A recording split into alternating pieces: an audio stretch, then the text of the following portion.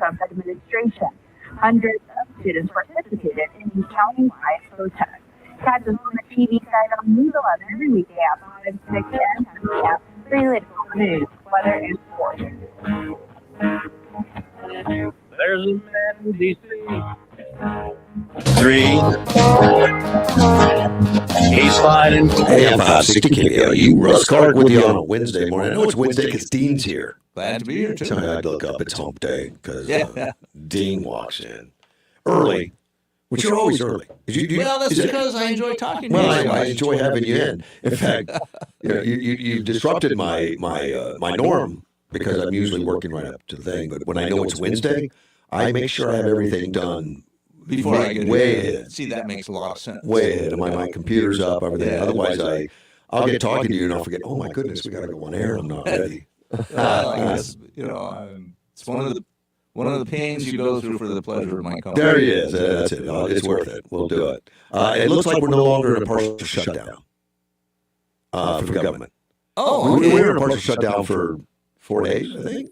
Yeah, and I heard something about the House passing the bill. I didn't realize the Senate had done it also. It did. I heard it. Well, the Senate passed it first. Well, I guess the House passed it. They sent it to the Senate. The Senate changed it and sent it back.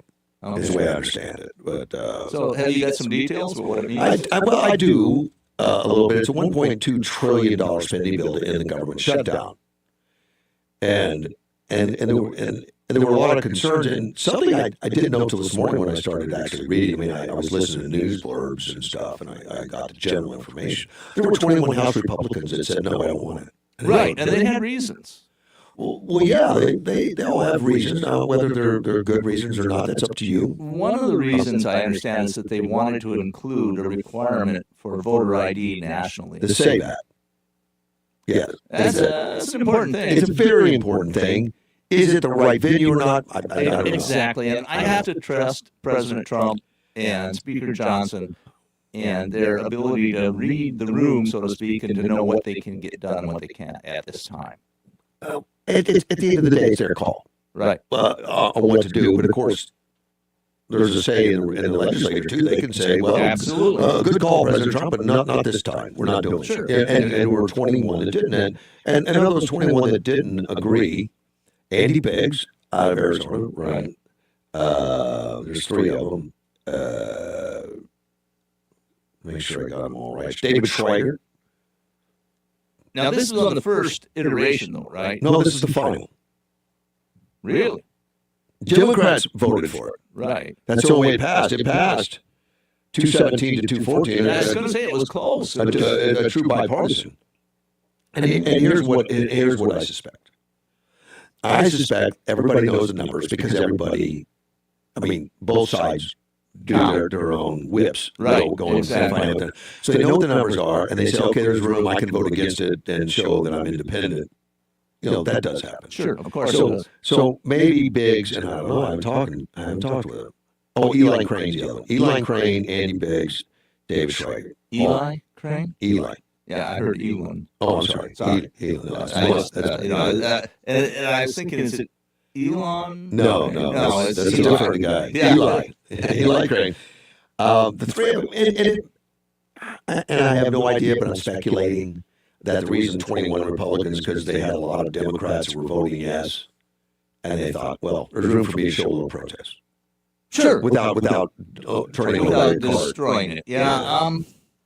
Yeah, and I would have loved to have seen the voter ID measure included. It's not dead yet. Jonathan thinks he has a way to get it procedurally. Okay, so Thune is saying that. That's interesting. Yeah, of course, and that's the big stumbling block would be the Senate. Right. The House can pass it on Republicans alone. Right. Senate can't. Right, because of the filibuster. Yeah, so what good does it do to turn everything over, knowing it would go right back to the Senate? Although maybe they can get the Senate to back down. I don't know. Well, it's a dangerous game. It's a big deal. Yeah, well, we live in extremely interesting times. There's a lot going on. And do you know what? The SAVE Act, it's called the Safeguard American Voter Eligibility Act. Right. They always come up with an acronym. Yeah. That's good. it basically it's just a real simple thing. A lot of these things are 800 pages. Right. This is just very simple, and it's a bill requiring photo ID for registered voters looking to participate in federal elections. That's it. Yeah. And it's very popular. Beyond very popular. I mean, it's like super majorities. It's like somewhere between 3/4 and 7/8 of the people. Here's what happened. I guess CNN has this poll taker, which I really like, that looks at these polls. So he did some polling on the SAVE Act, or on that process having ID, voter ID. Right. 95 Republicans said we should have 95%. 95%. No, yeah, exactly. 95%. Which is not interesting because that's expected. Right. 74% Independents. of no Democrats. Wow. Yes. What? 74% of Democrats. Oh, and CNN poll watchers just bouncing around. Just like. So they usually have independents in there too. Do they mention them? But no, but they mentioned that it was 83% overall, I think. Yeah, I had seen that somewhere. The 83%. Yeah, overall, when you pull it all together, that's 7/8. I mean, 7 out of 8 people in the U.S. support this, and we can't get it through the Senate. I think you have a good point. But we may be able to push it through because of the support. And that's probably what Andy Biggs and other things are saying, that we may be able to push it through. Maybe now's the time. But that's a gamemanship that's up to the executive branch and the leaders. But it's the leaders of the Democrat Party that are all in anything to stop the SAVE Act. Right. Well, how could they do that when they know the constituents want it? Oh, because they think the media has their back. The weakened media. Yes, it is weakened, and it's no longer. It doesn't control the narrative. But why would they want it? What is it? I can speculate. My speculation is that they are well aware that there's a lot of fraud in the voting process, and in close races, it can make a huge difference. And in a presidential election, it only takes a few states to swing the outcome. Yeah. That's my speculation. Many would disagree with you, including Morning Joe, who used to be a Republican. Okay. Joe Scarborough. Yeah. He was screaming at the camera. So what was he upset about? Well, fraud doesn't exist. So why are we? Well, then why would you worry about this? Well, we worry about it because it's unnecessary, because it's a Jim Crow Act, which that's what Chuck Schumer said. How?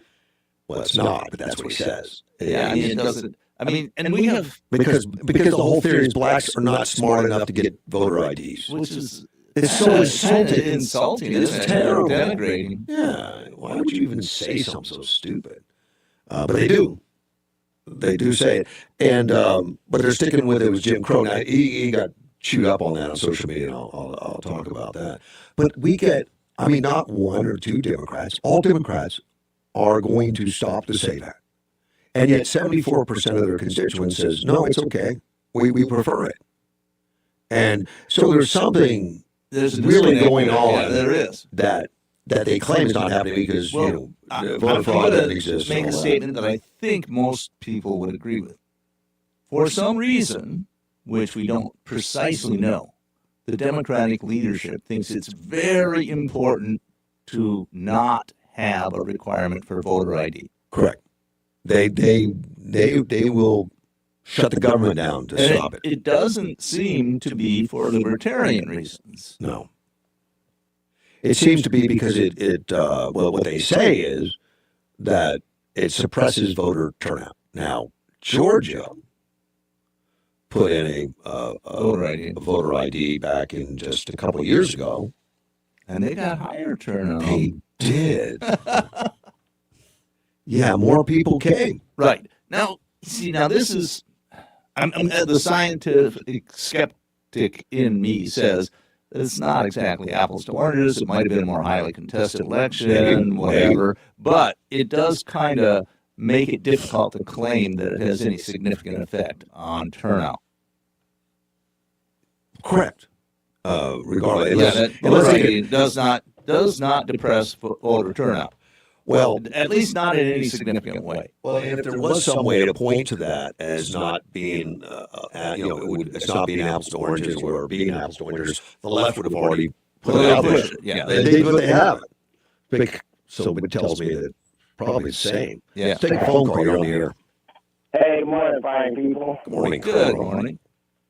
My 2 cents is they finally pissed off the good human man. They What did? the hell did they let all these kids out of school yesterday to protest ICE? Oh, What the hell is okay. that going on? Well, I don't. That wasn't widespread, but that did get news. I don't know where that was. Was that? That's a good question. Maybe Carl knows. Do you remember what state that was in? Yuma, Arizona?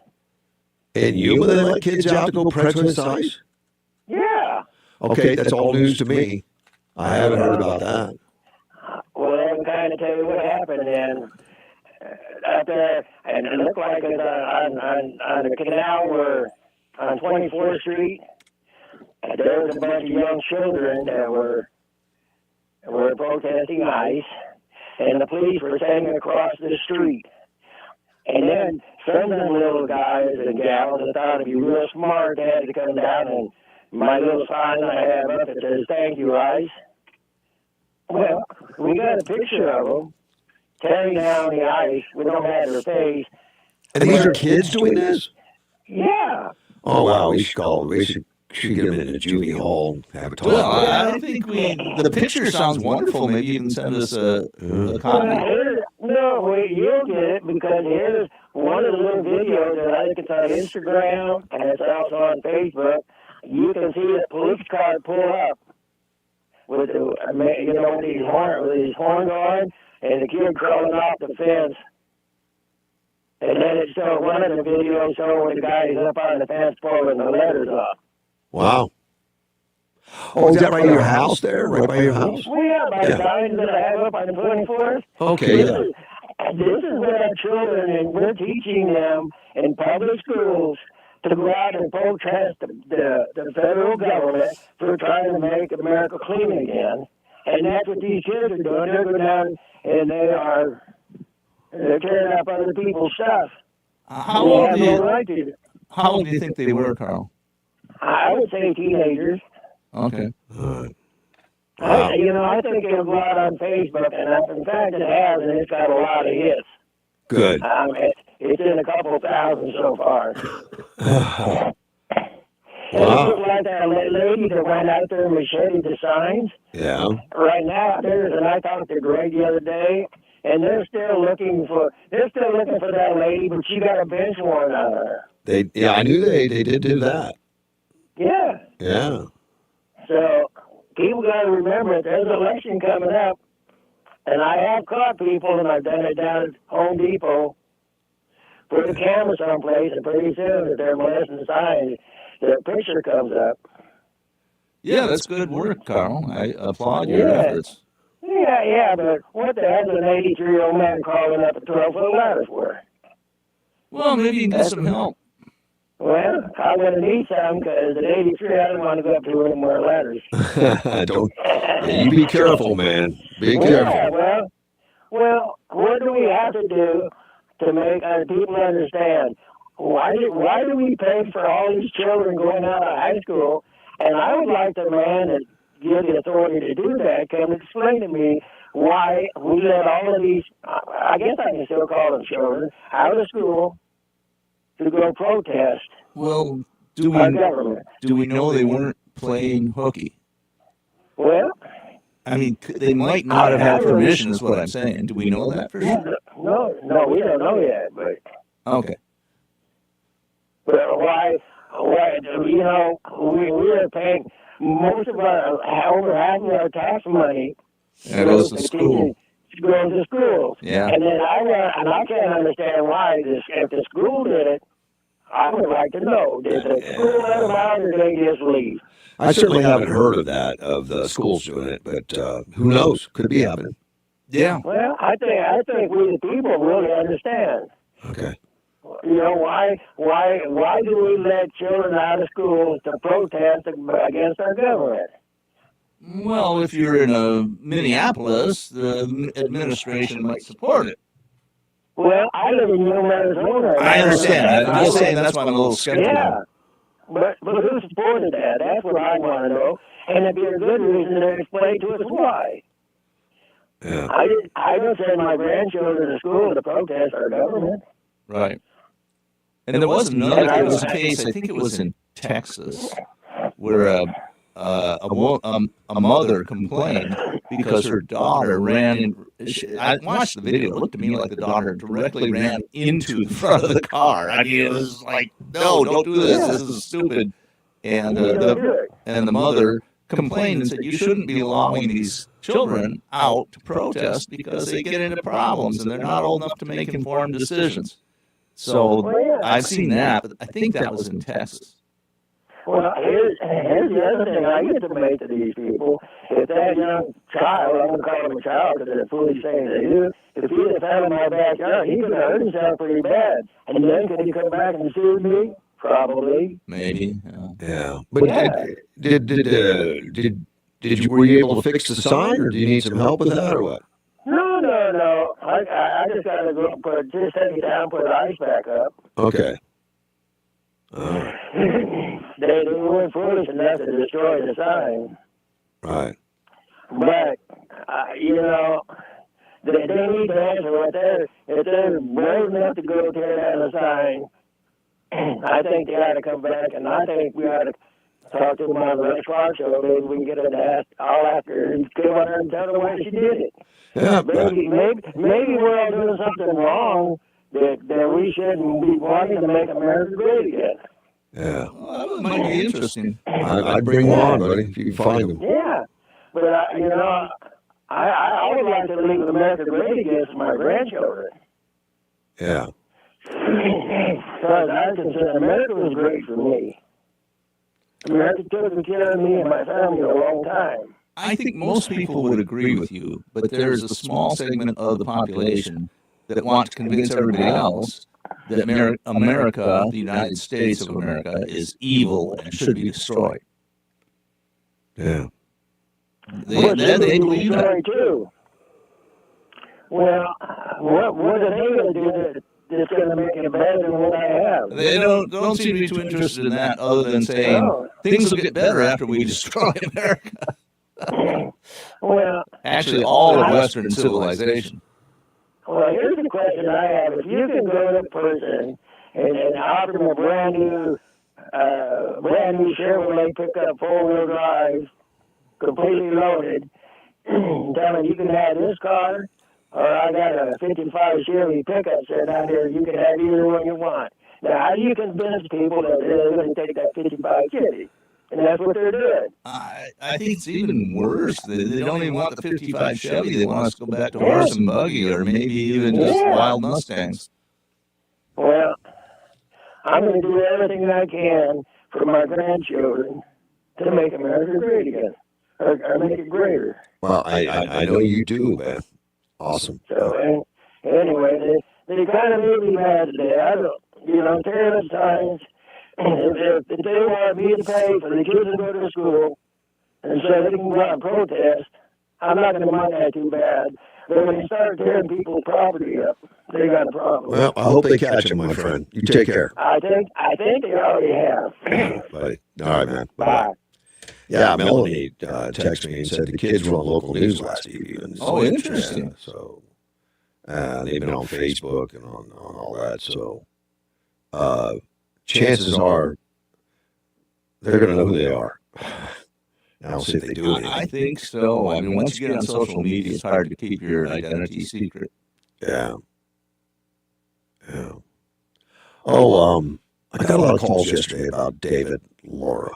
Oh, okay. Because David Laura's our recorder, and when he was voted in, the county supervisors, which we knew was going to happen, took away the responsibility of the voting office, and that went back to the supervisors, which is where it was originally. And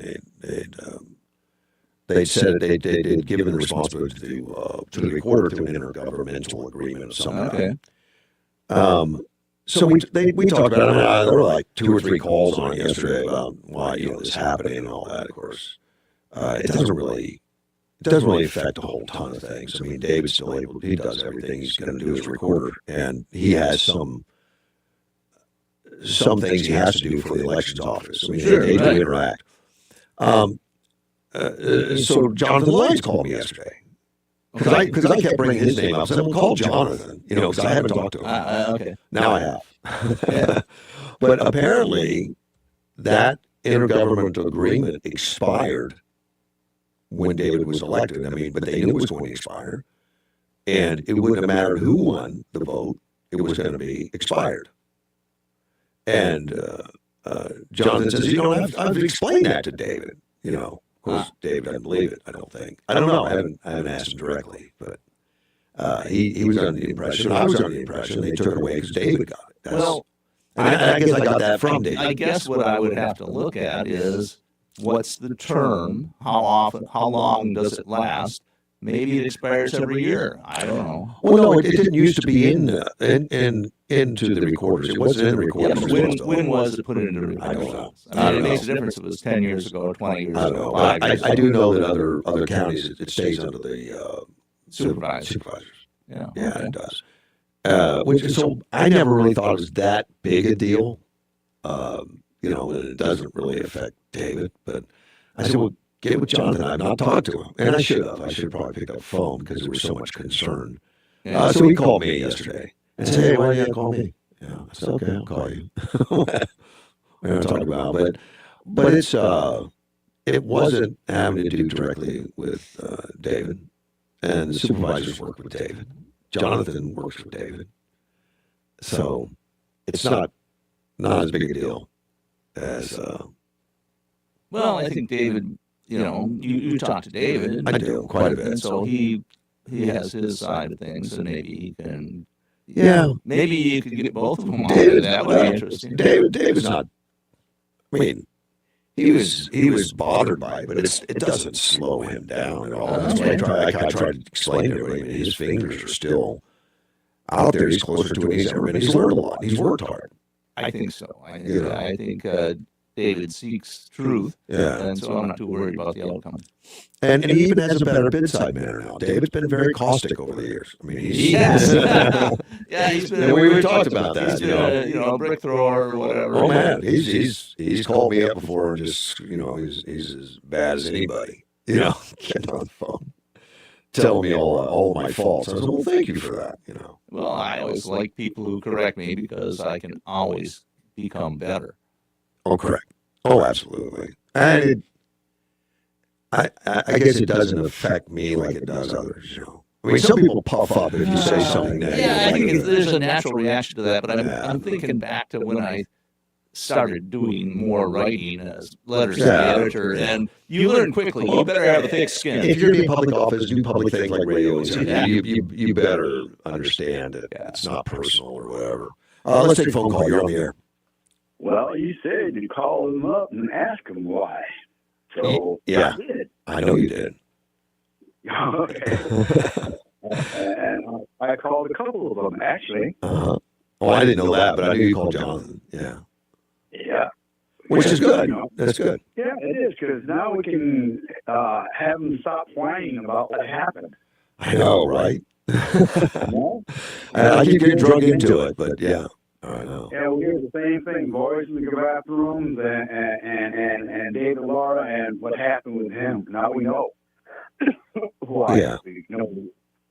Yeah, it was going to be done no matter what. It was going to be done. So. Yeah, because it expired. Right. And Tony explained it to me too. And I'm like, wow, this is. And I haven't talked to Tony in a couple of years. I do like him. I mean, yeah, like all of us, we have faults. Tony has his, but I don't care. I like him.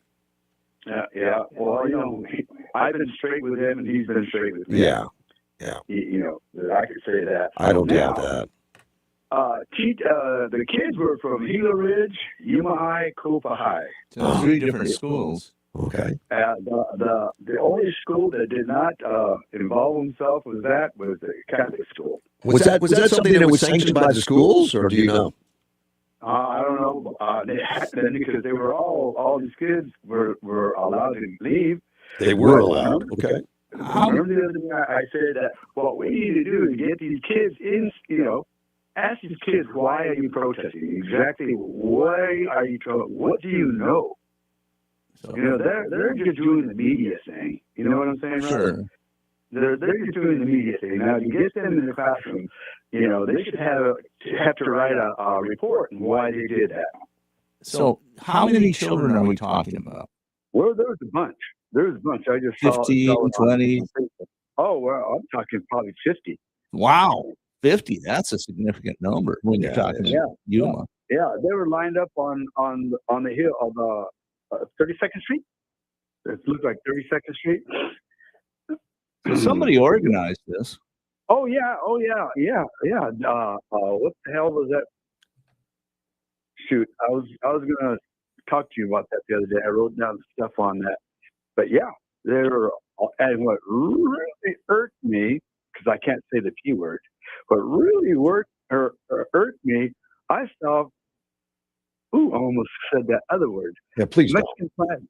I almost said, they had Mexican flags. They were waving Mexican flags. Oh. Yeah. Well, they said that they're going to try to get the soldiers. Yep. So here in Yuma, Arizona, 2 military bases, these guys are fighting for our freedoms. I guess they're fighting for our freedoms. You do have the freedoms to protest.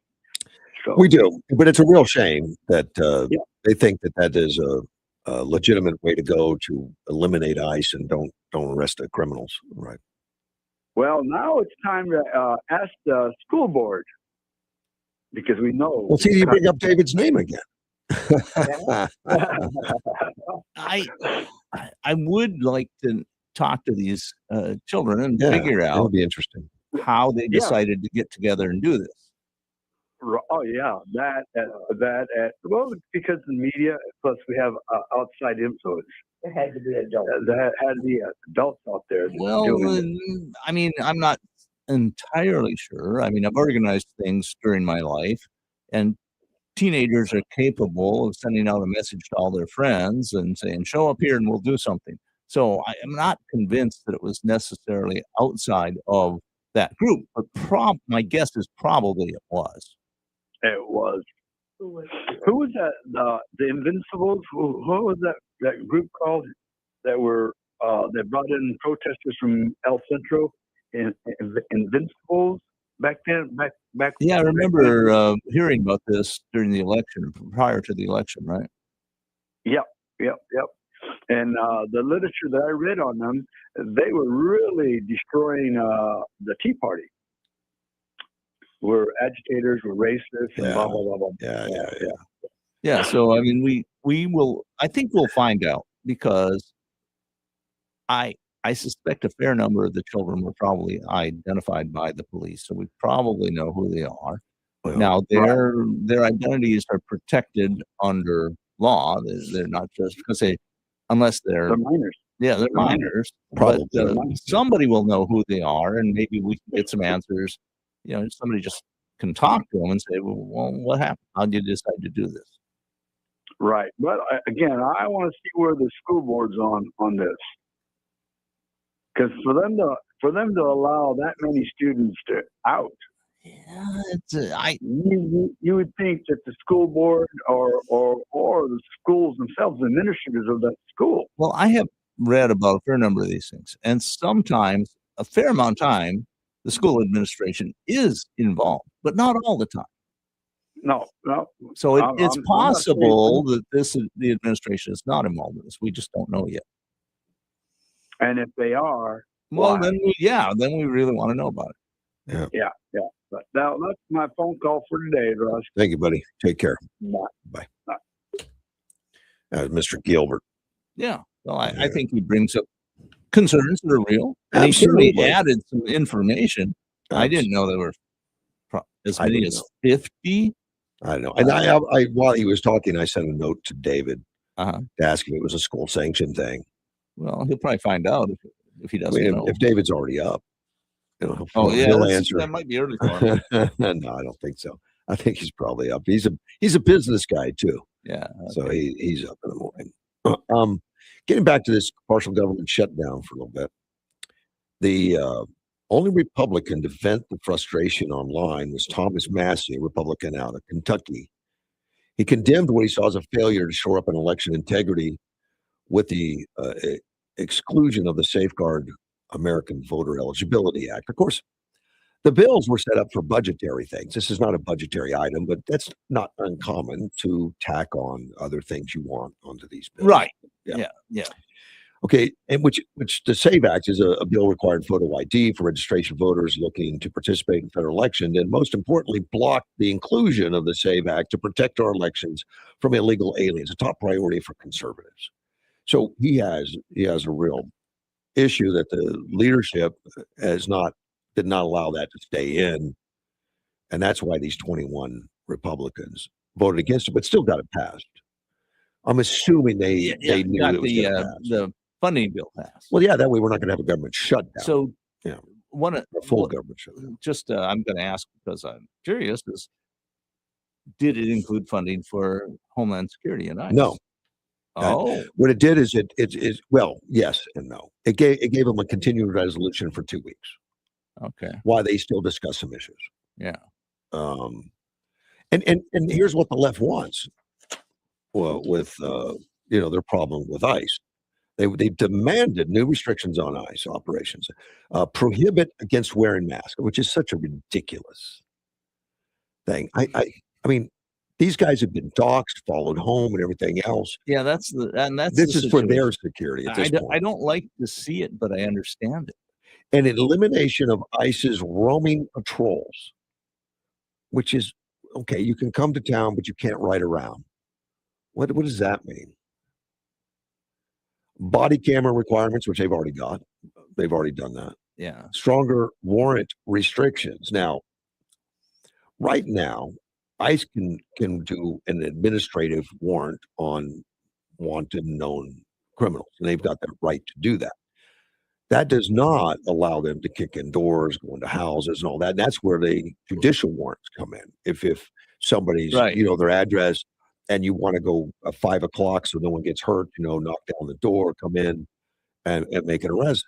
That would be a judicial warrant. A lot of these congressmen are saying you should get a judicial warrant for everybody, Right. which is almost, would be so time consuming and impossible. But That's being contested in the courts. I can tell you right now because I looked. But we don't require that of police officers. We don't require that of anybody. Russ. I am going to disagree with Go you. ahead. There. You can disagree. We require warrants to go into a house. No. I'm agreeing with that. But we don't require a police officer to have a warrant before they arrest somebody on the side of the street. No. We shouldn't require them. There's numerous other ways that it can get to there. Right. And plus, most of the time, from what I'm hearing on the ICE, they're going after people that it's already gone through a judicial process, and these people have already have orders of deportation. That's how they get the list. That's how they create the list. Correct. Now, the other thing that happens is they encounter other people in the course of their investigation or the attempt to arrest somebody, and they ask for ID, and it appears to them they have probable cause to believe that that person is also in the country illegally. Right. And so then they take that person into custody, arrest them to try to figure out what's going on. And police do the same thing when they're looking for anybody, like Exactly. a burglar or something, and they have probable cause that pull someone into the station and question them. Right. Same with ICE. But they want to take that away from ICE and say, right, you can't do police work anymore because you're ICE. And there are immigration has specific requirements that are different than ordinary crimes. What, like what? Well, because the person is not a U.S. citizen and they're in the country illegally, or that's what you suspect. So you're looking at a crime that comes from their existing inside the U.S. So it's a little different. It's not like they committed a burglary; they committed the act of illegally entering the U.S. Absolutely correct. But what ICE is doing, though, is specifically because there's so many people and it's specific to the federal government. Remember, we had that case in Arizona where Arizona tried to enforce federal law on immigration. And it would seem to make sense to me. It's a federal law. Why can't the locals pass a law that is identical and enforce it? But the Supreme Court said, no, immigration is strictly a federal activity. They said no on parts of it. Correct. Yeah, right.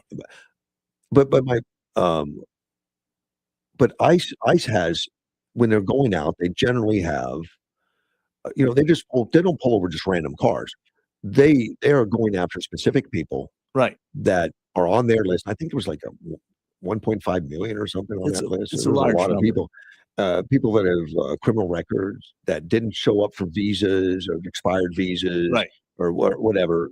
They've got a list of people. And the reason the list is so large is because for the 4 years of the Biden administration, they nothing. mostly ignored it. We did nothing. Right. Right. ICE officers were frustrated. Very.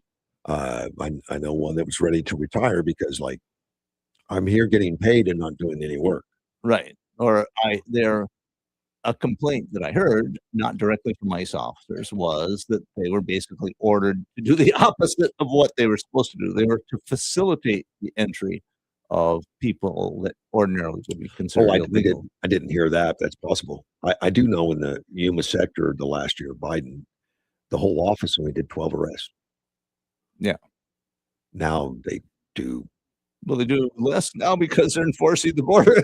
No. Oh, no, the ICE. ICE is doing lots of arrests now. Tons. Right. I guess ICE I'm thinking Border Patrol. No, not Border Patrol. ICE is doing. And yeah, right. And they're all part of Homeland Security now. A lot. And the I know an ICE officer from here that was in other states on loan to help in some of these Hotspots. Yeah. hotspots. I think West Virginia was a hotspot where they had 650 people in a couple of weeks. Yeah. You know, people they were looking for knew where they were, and they gathered the boys together, and they didn't have any problems. They had cooperation from the sheriffs.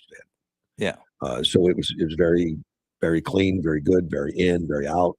2 weeks, nobody got hurt, and nobody got their fingers bitten off. No. Yeah, the place where we have problems is the sanctuary states and cities. Right, and 650 people were removed from the streets, and the sheriff, I read an article on it that the sheriff thanked ICE officers for helping out with their state and the criminals in their state. And I don't think it's a coincidence that we have, it appears, 2025 has the lowest homicide rate ever recorded in the United States. Yeah, I'm sure a lot of people in the country illegal are maybe laying a little bit low. I think so. I think there's a deterrent effect there. And some have self-deported. They don't know how many exactly, but they think it's a 3-1 ratio. For every one they capture, 3 are deported. That seems to be the number. I had heard a number somewhere over 2 million had self-deported. I just don't know how that is derived at. I think they offer money to self-deport. They don't say no, self-deported, because some go through that app, the app that Joe Biden started to get them in the country. Yeah, they turned it around and says, use this app to get out, and we'll pay you. And we'll pay your fare and give you some transportation, and you get a clean record if you ever want to apply. Right. To come back in. So. And that actually, I mean, I think I might take advantage of that if I were in the country illegally, came in under the promises of the Biden regime and said, hey, you guys invited us in and now you're saying no. I'd say, I want to do this legally, but the system is complex and difficult. The DHS is not safe yet. Like I said, it's a resolution. They got to hammer out this week what they're going to do.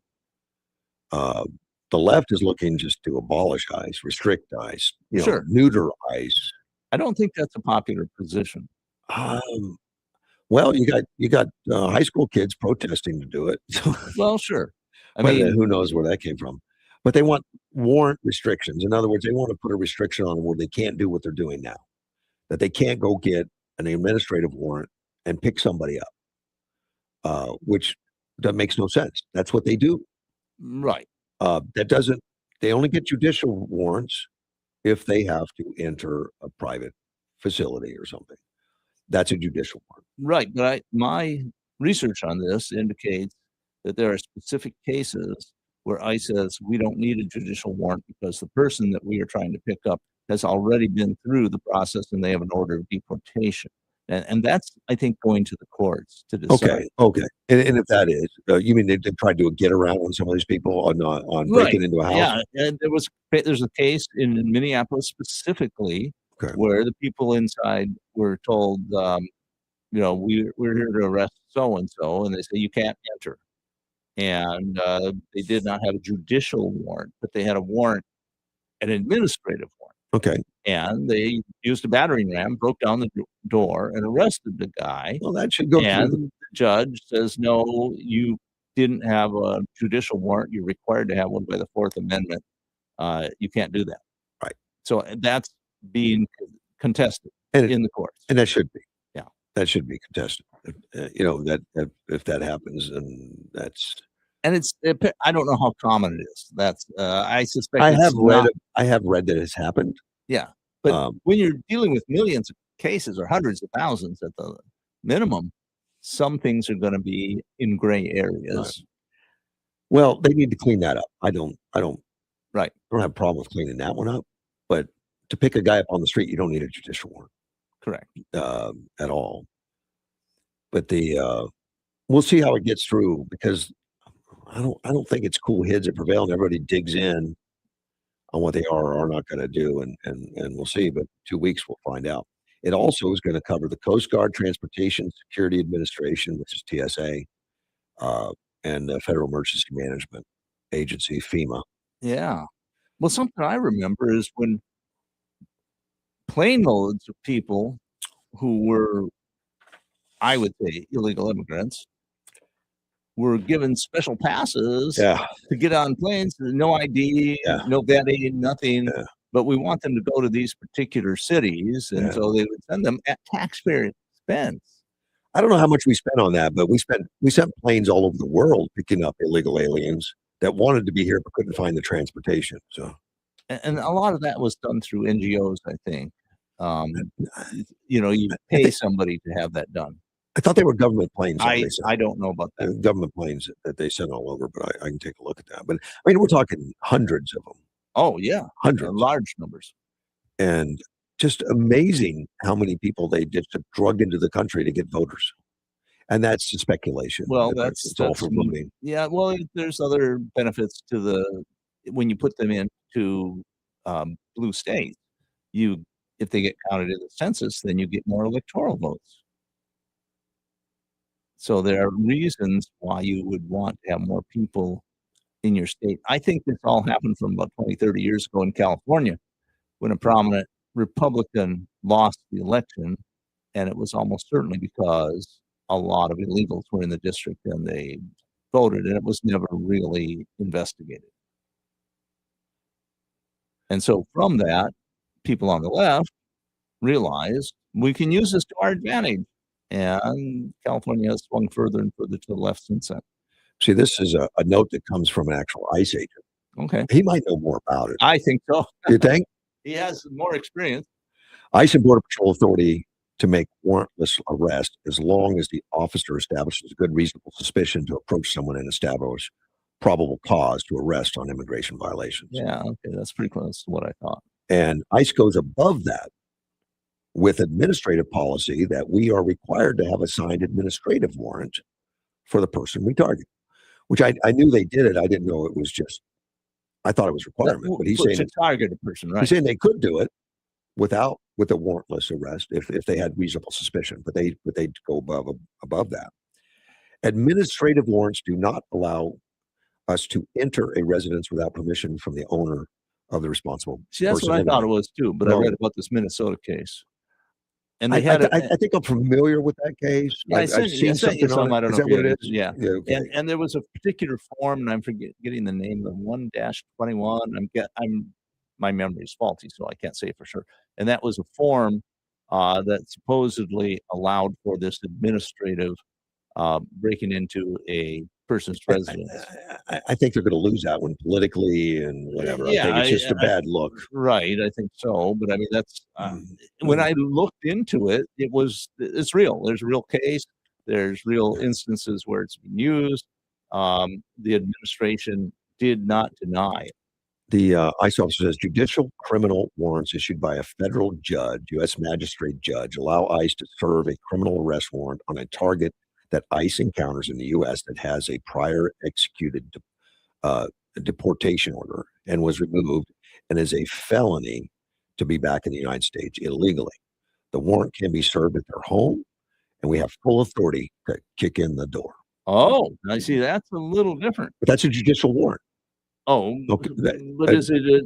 You see, it's not clear. It sounded to me like the agent was saying that the warrant was for arrest. Well, it is. An arrest warrant is not a warrant. It's a judicial house. criminal warrant issued by a federal judge, magistrate, to serve a criminal arrest warrant. And that gives them the opportunity to go into the residence. But But that's a judicial, not an executive order. Roving interior patrol by both ICE and BPA require us to establish reasonable suspicion and probable cause to arrest someone without administrative arrest warrant. When we talked about the roving type cars, they have to have reasonable suspicion to do it. Yeah, in my training, there's a difference between an arrest warrant and a warrant to search a house. Maybe. I mean, I'm just And telling it you. could be that what he's saying is that both are given in this one document, and I don't know. It didn't really specify, it just said judicial criminal warrants. Yeah, well, Issued by a federal judge, U.S. magistrate judge, allows ICE to serve a criminal arrest without, warrant on a target. And and ICE encounters in the U.S. that has a prior executed deportation order that was removed. Right. So it's a felony, and they've got a warrant from a judge, and it gives them That's an arrest gives warrant. them the opportunity to get out of the house. If they, well, maybe I'm not so clear. Not like a bounty hunter. I think we need to look at specifics on that, because in law for non-ICE agents, there's a difference between an arrest warrant and a search warrant. Yeah. Now you could have both, but one is not the same as the other. Maybe that's what Congress wants to change. We'll be back. AM 560 KBLU. Unseasonably mild weather continues with the warmest day today, up to 87 this afternoon. A few clouds and 63 tonight. Cloudy and 78 tomorrow. Cloudy and 56 tomorrow night. Mostly sunny and 81 on Friday. We're the comfort experts, people you can trust. Ask our customers. That's why they count on us.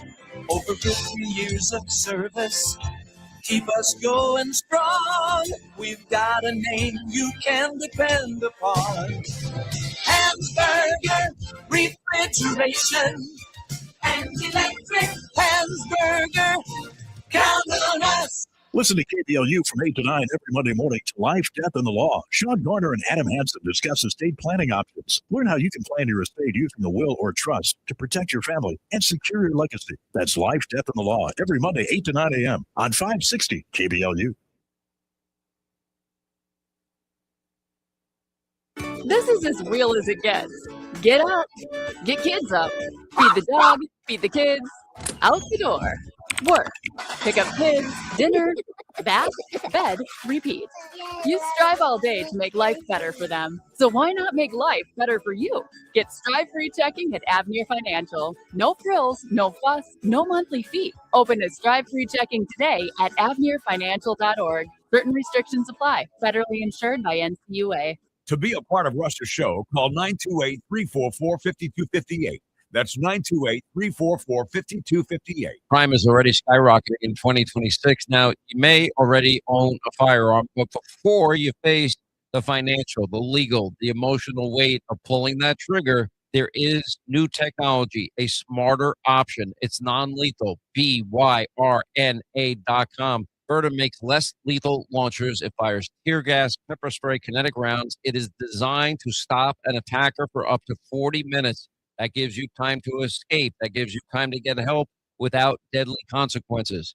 Now, remember, it fires at 400 feet per second, and it has serious stopping power, enough to shut down a threat very fast without the legal, moral complexity of using lethal force. And every single launcher hand-assembled in beautiful Fort Wayne, Indiana. Legal in all 50 states, no background check, and they'll ship it straight to your door. Just go to BYRNA.com today and find the right launcher for you and your family. That's BYRNA.com.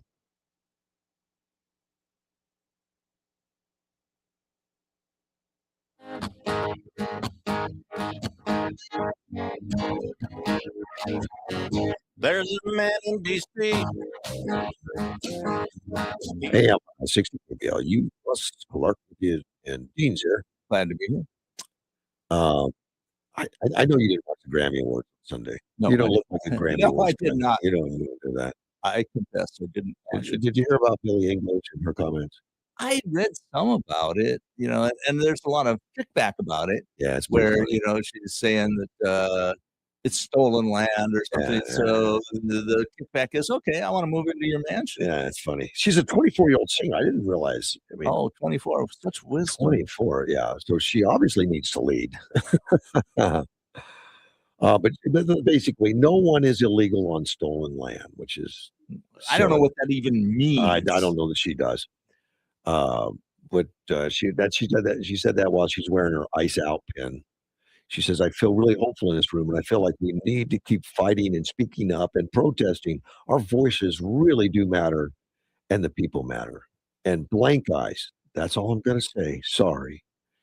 But she, Well, there's a couple of things that are just so silly about this.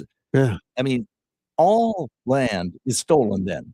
I mean, Yeah. how about the tribes that forced out the other tribe, before the Europeans got here? There was tribal warfare all over the place. It's not like tribes came here once No. and then occupied the land for 10,000 years. just like there was warfare all over Europe and England, Exactly. and kingdoms and fiefdoms, and Precisely. it was whose land is it? It belongs to whoever can hold it. Whoever's there, I guess. Now, England, she owns a multi-million-dollar Los Angeles property, and it's considered on stolen land, by the way. Well, some Yeah, people are it was, saying it was well, the Tongva yes, tribe they says put- it's historically inhabited by Tongva, and they've been on record as saying that for quite some time. I mean, it isn't new. They say that, but you get that a lot, that was our land, and stuff like that. But a Native American nation whose territory includes the greater Los Angeles basin, good luck getting that back. I mean, there's like quite a few people living there, like millions. I guess. well, right. And The- I guarantee that there were tribal conflicts before. Probably. But the tribe released a statement about this. Right. The official tribe now. Yeah, released a statement. And they said on Tuesday, they confirmed her home's present is on ancestral land, adding that English has not contacted the tribe regarding her ownership. We appreciate the opportunity to provide clarity regarding the recent comments made by Billy English. As the first people of the greater Los Angeles basin, we do understand that her home is situated in our ancestral land. Eilish has not contacted our tribe directly regarding her property.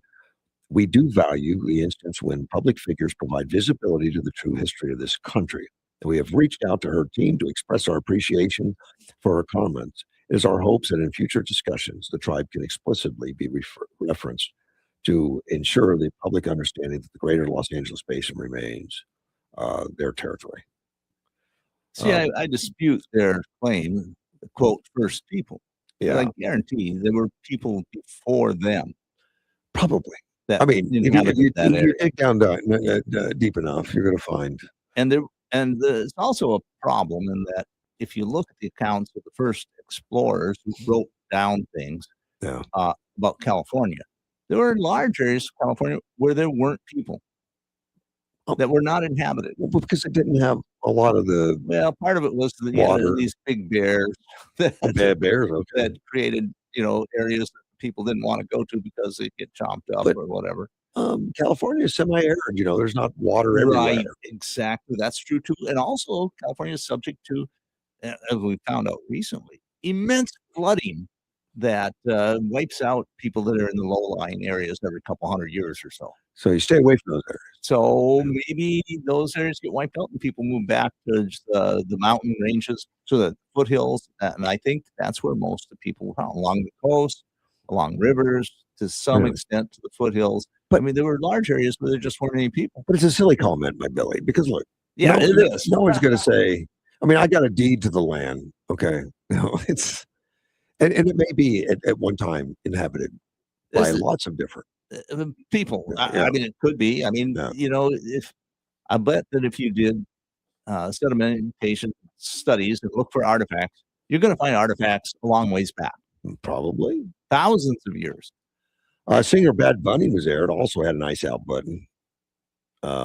Bad Bunny is going to be on the Super Bowl at halftime.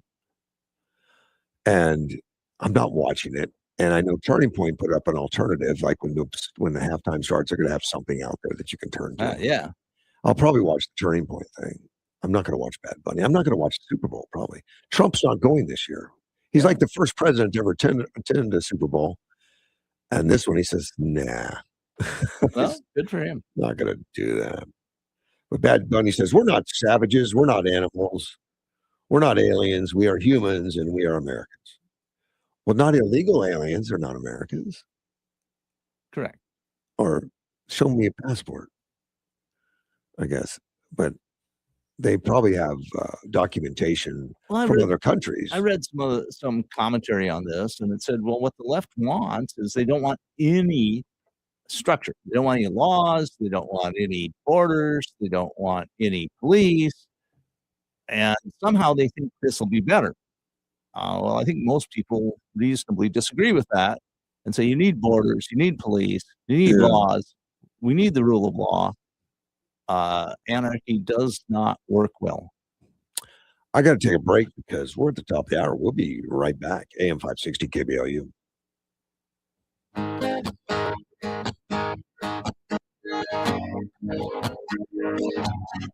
There's a man in D.C. He stands 63. He's fighting for you. He's fighting.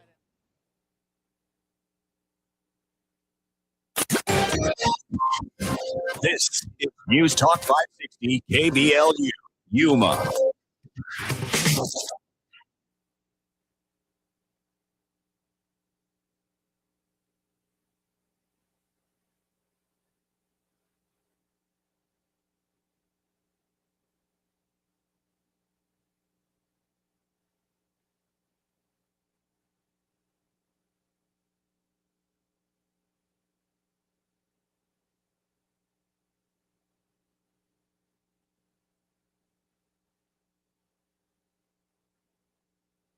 Millions in Bitcoin. Fox's Lee is in Tucson, Arizona. The New York Post is reporting that the FBI spent about 2 hours at the home of Savannah Guthrie's sister Annie's house, and that the Today Show host was also present. The sheriff says right now they are counting on doorbell and security cameras inside the home of Nancy Guthrie, footage that did not upload to the cloud, but maybe.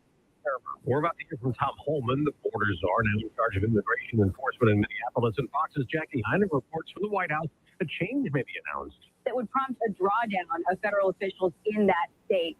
The plan would reportedly allow county jails to keep immigration enforcement targets in their custody up to 48 hours past their scheduled release, which would allow federal agents to pick them up while they're still in custody. today after Congress ended the partial government shutdown, funding everything till September except for Homeland Security. Its money runs out again next Friday as Democrats like Congressman Ted Lieu demand ICE reform. Trump's ICE and Border Patrol interior operations are out of control.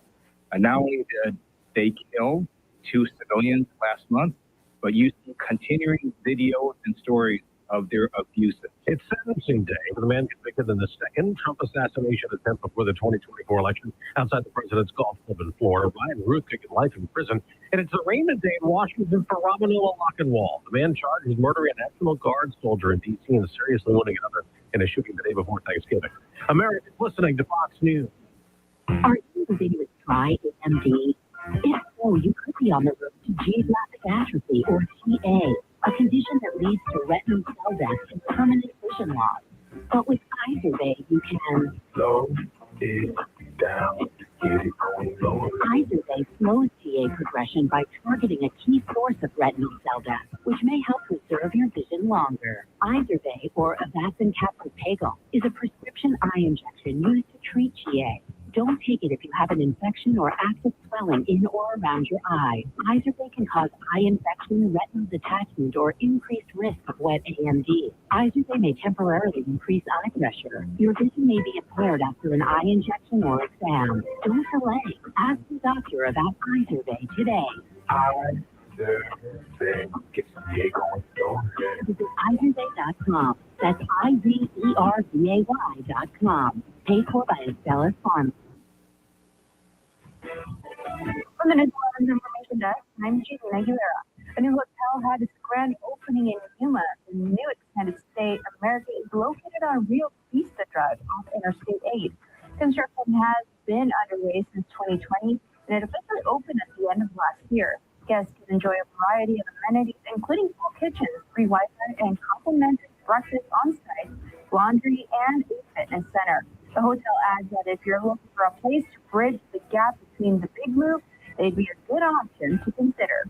Plus, local high school students throughout the county joined a nationwide protest. Local schools like Yuma High, Cibola, Gila Ridge, Copa, and Somerton were the latest to walk out during the school day in the protest of ICE and the Trump administration. Hundreds of students participated in the county-wide protest. Catch us on the TV side on News 11 every weekday at 5, 6, and 6 p.m. for your latest local news, weather, and sports. Listen to KBLU from 8 to 9 every Monday morning to Life, Death, and the Law. Sean Garner and Adam Hansen discuss estate planning options. Learn how you can plan your estate using a will or trust to protect your family and secure your legacy. That's Life, Death, and the Law every Monday, 8 to 9 a.m. on 560 KBLU.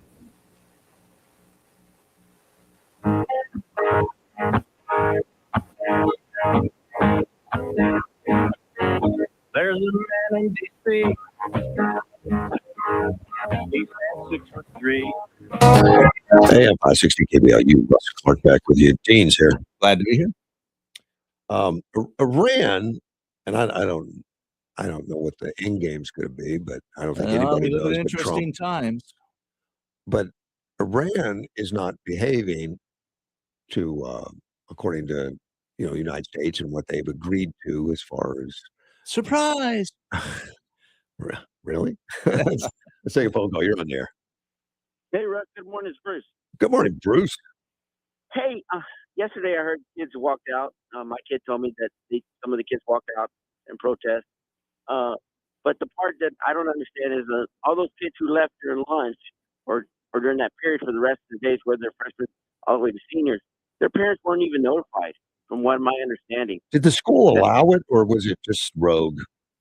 You know what? I don't have an idea on that. Okay. I couldn't figure that out. But, if your kid leaves school without permission, the school's responsibility is to let you know, hey, your kid didn't show up to such and such class or the last 2 periods, the last 3 periods. And a couple of people that I know whose kids did walk out said, hey, did you happen to get notified? They're like, no. I'm like, okay, so did your kids play sports that night? Well, yeah. Well, if you leave school without permission, under that policy handbook, you can't play sports that night. So it's like, either the principals or the superintendents or the board's like, oh, fine, whatever, we're not even going to worry about it. And I think it's wrong because the kids have to have some type of responsibility for their actions. And obviously, nobody gave a damn yesterday. Well, the little article was just sent to me. They interviewed a couple parents and that went with them to support their kids. Well, that is true if they did that. But the kids who left and parents didn't know, the school's ultimately responsible for those kids. Right. That's a good point, and I hope that comes up. I sent a note to David about it this morning, just to ask if that was allowed or whatever. He hadn't gotten back to me yet. He may be sleeping in, or he may be trying to avoid it right now until he gets more information. Well, there's no point in calling in if you don't have information. Yeah, that is true. So, all right. Y'all have Thank a you, great buddy. day, guys. Bye. All right, bye-bye. I didn't even know what was going on yesterday. Yeah, It shows how much I paid attention during the day. Well, it's good. You see, that's part of the show is we get people tell us about stuff. Yeah, please call that's me. happening. Let me know. So you said something about Iran and that they yeah. aren't doing what we hoped they would do. Well, and we know there's a flotilla around them, an armada of ships. Yeah, that are converging into the Mediterranean, including one aircraft carrier. At least one. The Lincoln's there, but they've got a lot of battleships and stuff. Missile destroyers or whatever. And right. And those are not small threats. I mean, those are huge. They could take a country down, what they've got out there. Well, I think so. And I mean, from my perspective, Iran has been vociferously an enemy, self-proclaimed enemy of the United States for nearly 50 years. I mean, how often do they scream death to America? Death to America. Every day. Exactly. I mean, I think that's how they start the day. And there's a lot of policies that they have done. Yeah. They vigorously opposed us during the Iraq war. They supplied so-called improvised explosive devices that resulted in the death of hundreds of American soldiers during the war. They supplied Afghans. Hamas. Yes, they are at the heart of the most radical and I don't know if I want to call them effective, but dangerous opponents that have opposed the U.S. for decades in the Middle East. I'd say Hamas, Hezbollah, and the Houthi rebels or the Houthis. All three of those supported by Iran directly to oppose U.S. Interest, and Israel. So I think that it is. This is an opportunity. Iran has never, the regime in Iran, the theocracy, has never been at a lower point than right now. Right, because they had public protest, and which they shut down, and they shut down by murdering people. Oh, well, huge, massive killings. I'm hearing 20, 30,000 Well, people this one article says at least 6,854 they know about. I mean, and there's 11,280 that are under investigation. So 20,000 about is what they roughly. But it may be more. I mean, I hear different numbers, and the reason I'm saying I hear that because that's what I read on different sources. But the big thing is that Iran doesn't seem to care. No. The theocracy doesn't care about the welfare of the people. They're pursuing a Armageddon agenda where they hope to bring about a Muslim Armageddon, and they say we don't care if we have to destroy the country. That's a small price to pay to get the end of the world. And they'll keep in control of it, but as they keep it in control of it, the inflation, the values, the money coming in, it's all drying up. Well, that's true, and it's one of the problems you have with a state that's has its income based on resources that they sell. Right. I mean, so oil is the primary resource, how Iran gets its money supply.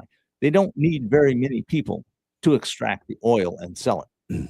And so most of the population, the people in charge don't really care if they're there or productive or not, because the money they get comes from oil.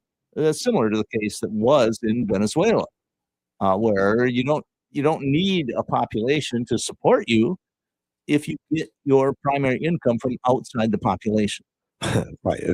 Not a lot of manufacturing things going on. Right. And so, I mean, in these cases, we see where the country is essentially becoming internally destroyed. They can't even support themselves anymore. In Iran, they've let their infrastructure for water go so badly that they can't supply the cities with water.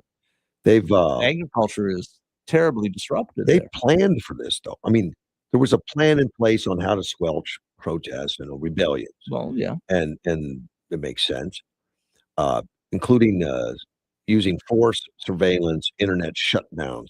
There's a document from the Security Council that they developed in 2019 that kind of puts where the steps are.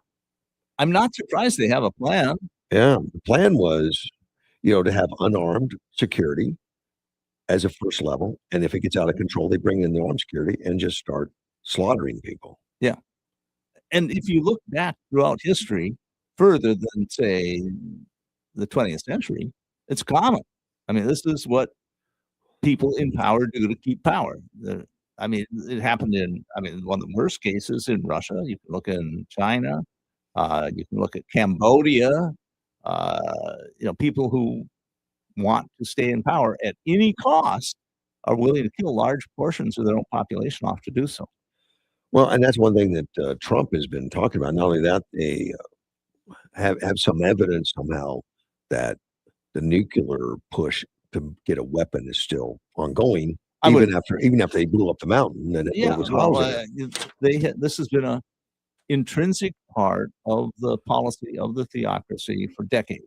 Well, look, it's not hard to understand. No, if a country has a nuclear weapon, they get treated differently. Exactly. They do. And so they say, well, we want to be treated differently.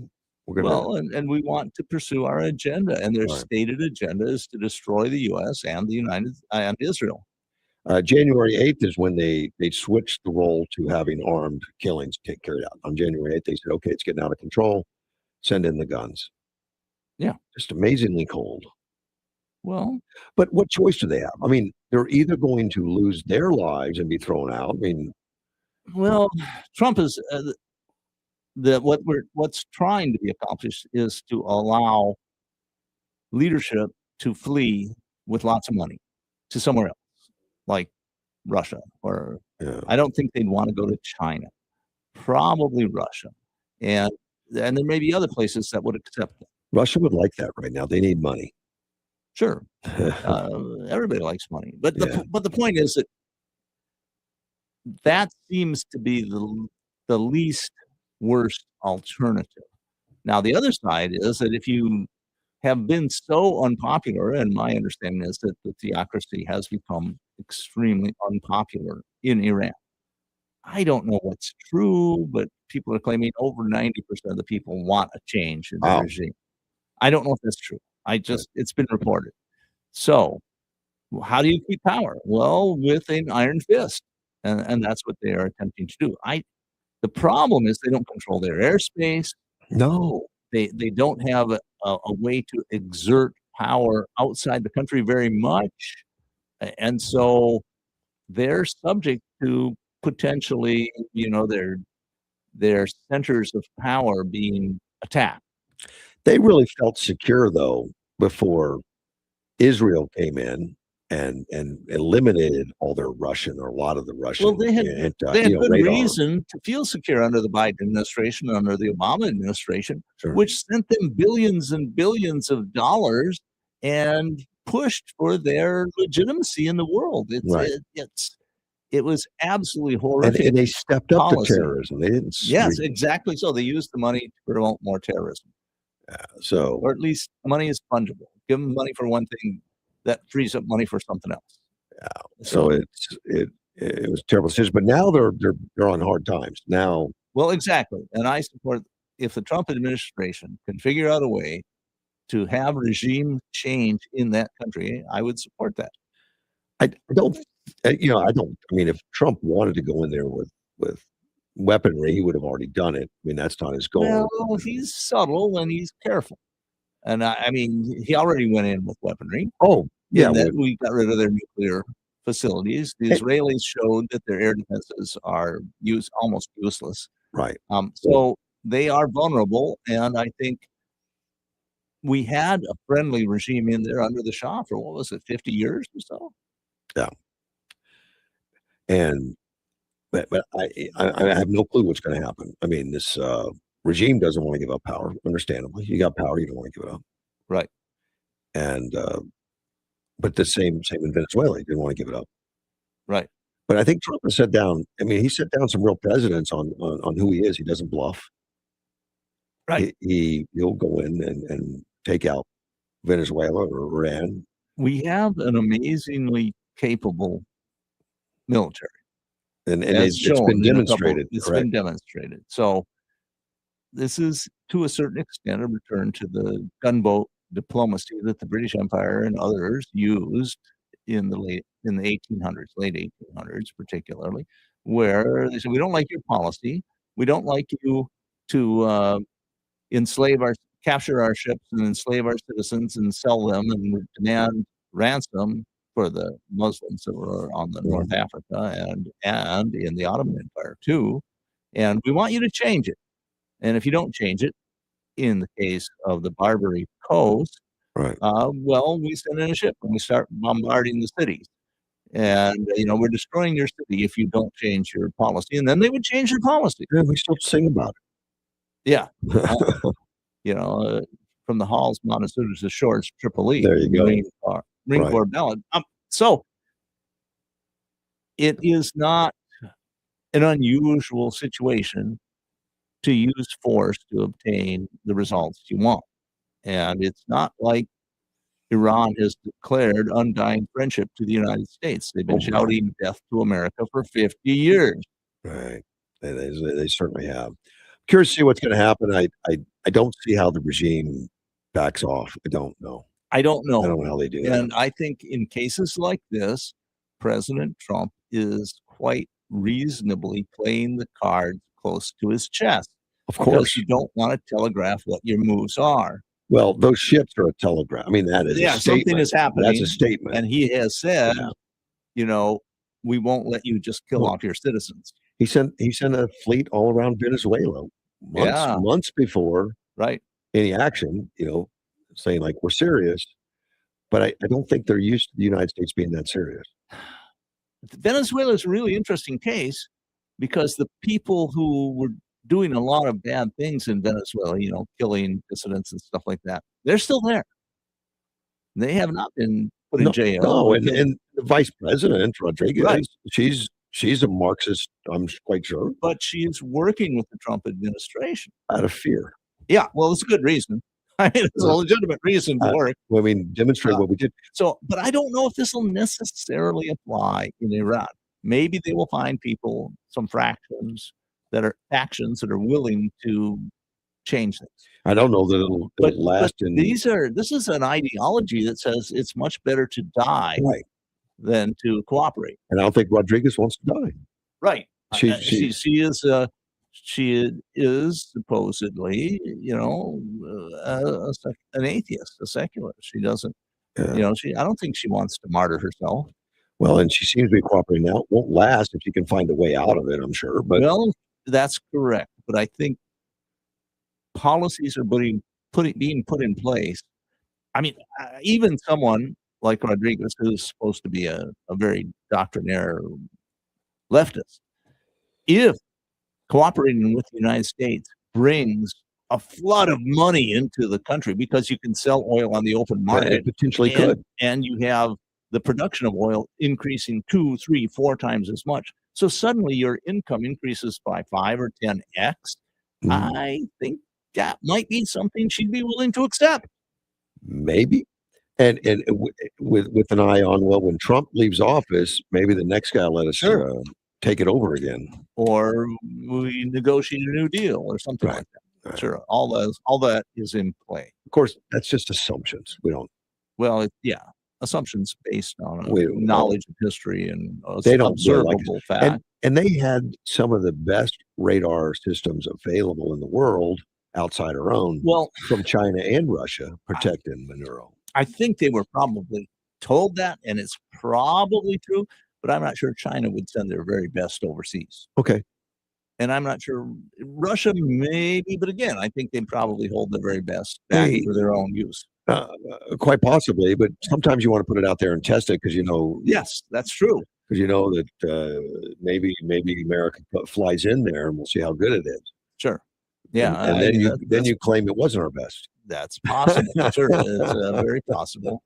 And my understanding on the Chinese radar, it performed exactly as it was designed to do.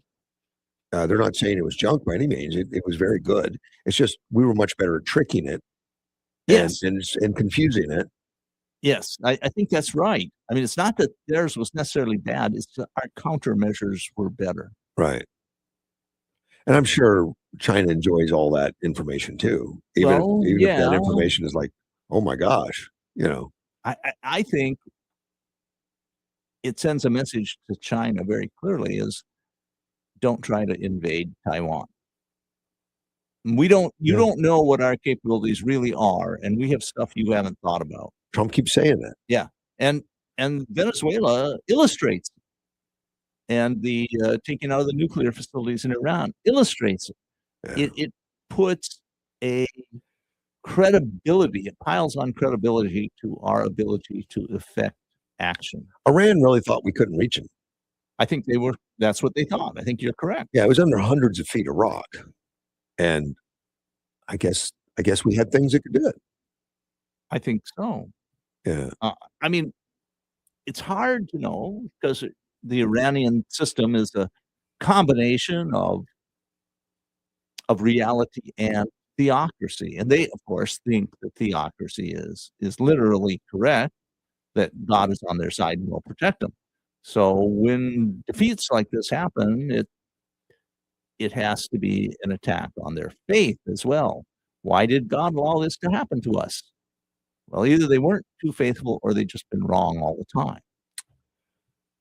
Hard choices. Yeah. We'll be right back. AM 560. This is as real as it gets.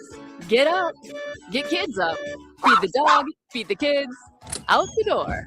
work, pick up kids, dinner, bath, bed, repeat. You strive all day to make life better for them. So why not make life better for you? Get Strive-free checking at Avenir Financial. No frills, no fuss, no monthly fee. Open a Strive-free checking today at avenirfinancial.org. Certain restrictions apply. Federally insured by NCUA. What's up, Yuma, and hello, Russ Clark Show listeners. Johnny Porter here, and I just made the switch to Allo Fiber, and it's a game changer. Lightning fast speeds for streaming, working from home, and gaming. No buffering or slowed down speeds. It's time to ditch the glitch and switch to Allo Fiber.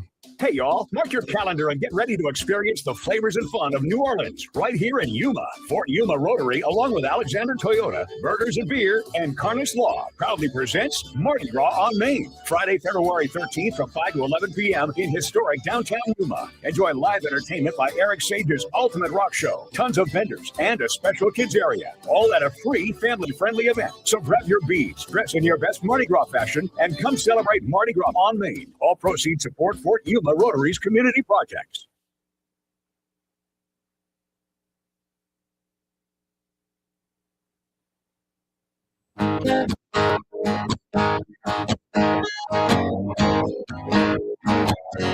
There's a man in D.C.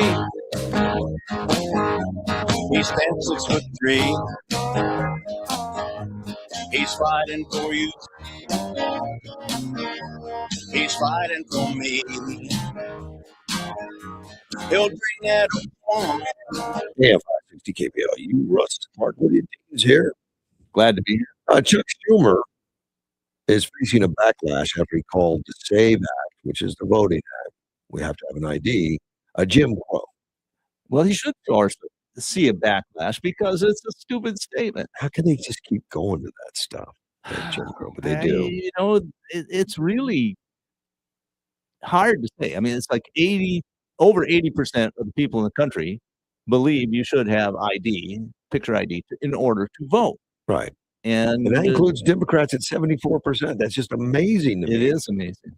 Because you would think from the way the elected Democrats are acting, it's 100% we don't want voter ID laws. But that's just the elected officials are 100%. It looks like in line. A large number of them, certainly. Let's take a phone call. You're on the air. You should carry identification with you all the time. You should go and stand in line and vote all the time and not get a mail-in ballot. But we do need to have an ID. It's a state law, is it not? It is in Arizona, but it's not in every state. It's not federally required. It should be.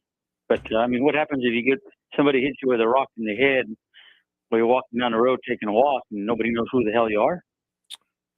Yeah. That's one reason, right? Yeah. You better have an ID in your wallet. Yeah. Yeah, exactly. Hey, just real quickly, I happened to see those youngsters that were, I guess you can say, protesting. Yeah. Probably, if I had to say, there's probably about 250 kids out there. Wow. 225. That's a large number. Yeah. And I know a lot of people probably get crazy about who organized it, but they were probably more well organized than some of our other political parties or whatever. I mean, to be able to get out there. You know, I was fortunate to attend Yuma High School, and I was fortunate to have two incredible educators that educated me on civics and free enterprise. Now, one of them was probably responsible for 80% of the Democrats that we have in Yuma County, and that was Mr. Drysdale, Ray Drysdale. And then I also had Mr. McClendon, who was a state representative and senator here in Yuma, Arizona. And they taught us a lot of stuff. We learned how the stock market worked. We built fake portfolios, if you will. We had to document our buying and selling. But they also taught us about exercising our rights and what rights we have. And these youngsters, correct me if I'm wrong, because I don't want to be fake news, half-witted stuff, but they do have a right to peaceful demonstration, do they? Of course. I don't think you have to be 18 years old to do it. Do you? No. Oh, They have okay, obligations too. But they shouldn't have tore down Carl's sign. But yeah. Oh, they tore Carl's sign down? Yeah, they reached over into his backyard and did it. He's got one in his backyard that shows up on 24th Street. Yeah. Well, I think you have to do more than reach over. That's a sign that stands about 12 feet tall. Yeah, they So climbed up on they top get of the the ladder. they climbed on top of the wall somehow and did it. They did that yesterday? Yeah. Wow. From Yeah. 4th Avenue and 16th Street, they marched all the way down there. Yeah. Well, I don't know how if they marched or drove in. I Well, don't know how they moved, uh, or if they moved, or if it was another group. Or it was another group or another individual, you know. Sure. I mean, it could be. all of that is uncertain. Well, yeah, they Let's not blame these youngsters. well, for they got it something. all on film. They got it on film. They're gonna know. who Oh, then we do know that. Yeah. Okay. Well, facts are coming out. Well, they were on 4th Avenue and 16th Street. They were probably more peaceful than the older people that gather on that corner for many different other reasons. Well, that's throughout good. But at that the age, year. if I could have skipped school and gone out, done that, I think I'd have been anti-ice. Maybe. See, that's the other Easily. side. Is there are laws against, or at least regulations and school administrative stuff about leaving school. Yeah. Well, probably. I'm not. But what they did, I think, was greatly organized and greatly done. What they were protesting for, I do not agree for. But the fact that they were exercising their right, the fact that they left school to go do that, I mean, there are more, believe it or not. And I think you're going to probably say I'm crazy, but there are more school board members than David Lara. There's 4 others. So I know we're always quick, and I know I'm quick to sometimes chastise him, but there are 4 other school board members that could be answering this stuff. It doesn't have to necessarily be David that's going to call you. They got that coach guy. Oh, that David was, will call me though. I mean, he's one I can reach No, out to. I know he's going to call me. But there's a school superintendent that's supposed to work and carry out the day-to-day stuff for the school board. I think- Why doesn't he call you? I'd love to have him call. I think that'd be great. Yeah, I should call him probably. Well, maybe you need to. Maybe he's not even aware that there was 200 kids out. You know, because all you got to do is go to school for so many classes, and then they got their dollars for the day. Sure. So what time? And maybe they didn't even go to school that day. Possible.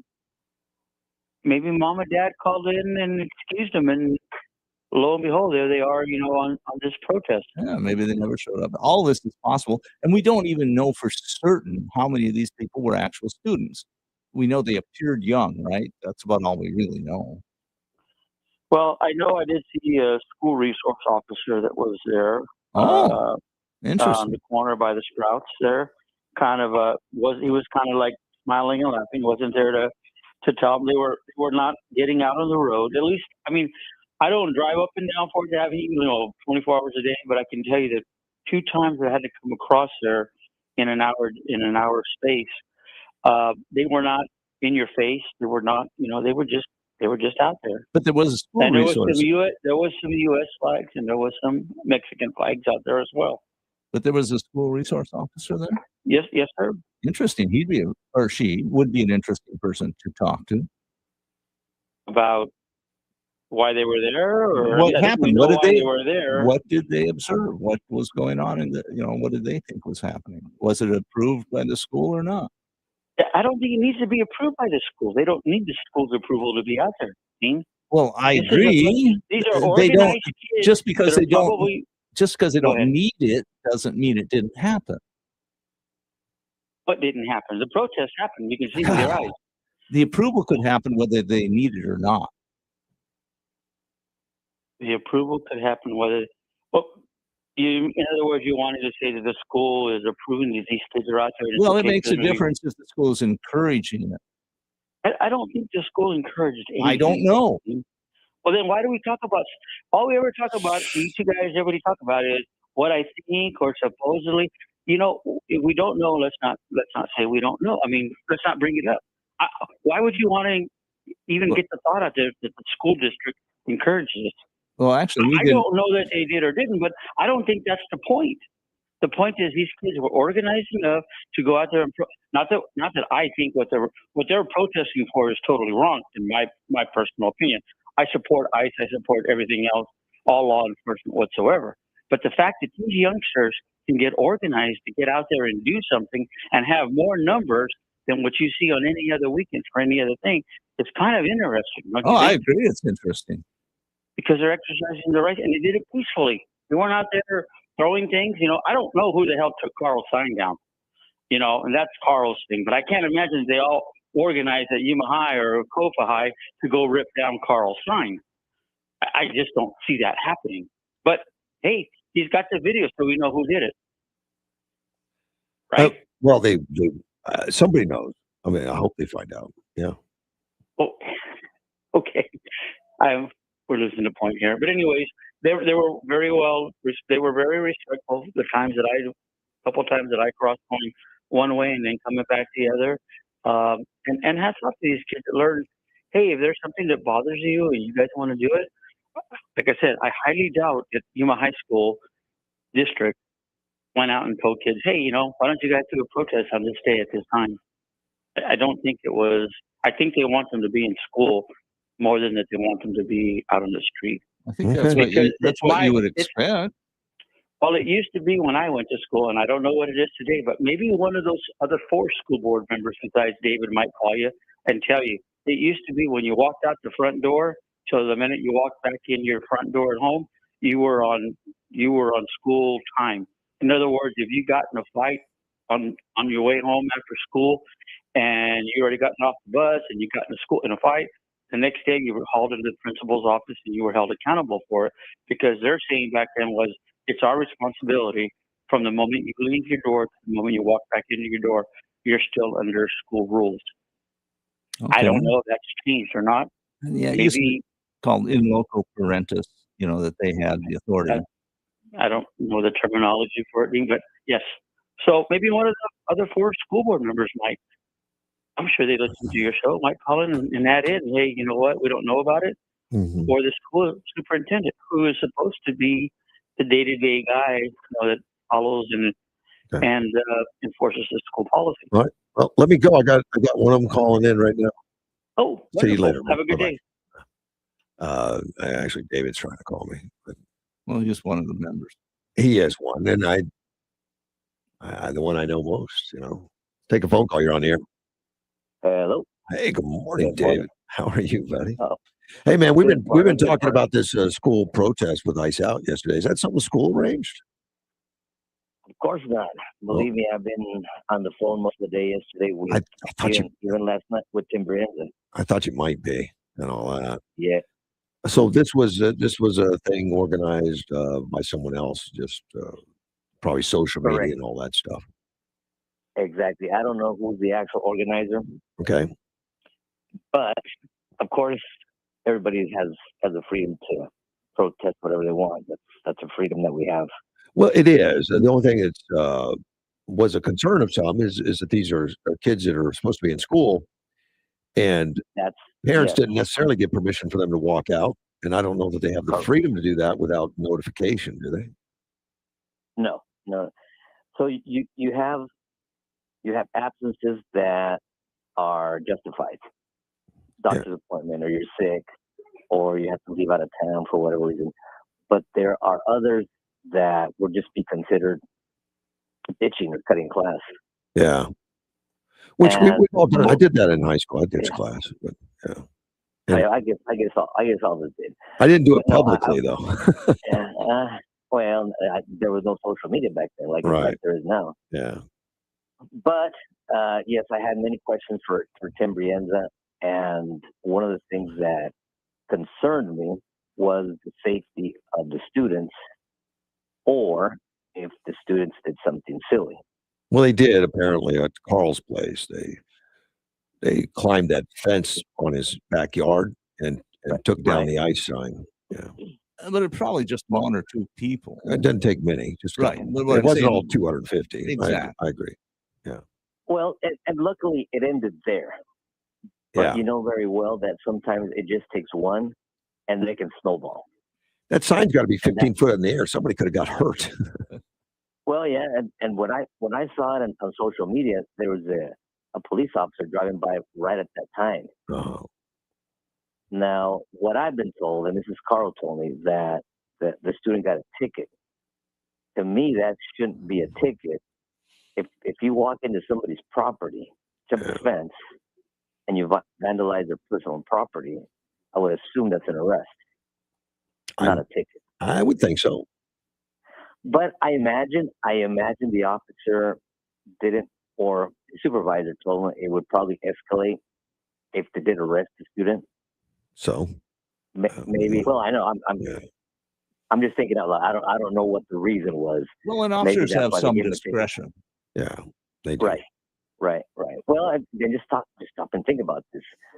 If the officer would have arrested him, maybe the rest of the students would have rallied around the police car, and it could have gotten worse. That would have been interesting. A bunch of high school students that should have been in school. Well, But I believe think me, yes, definitely.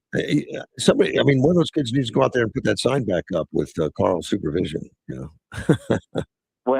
that's something they have to square away with Carl. Actually, the parents have to square away with Carl. Yeah.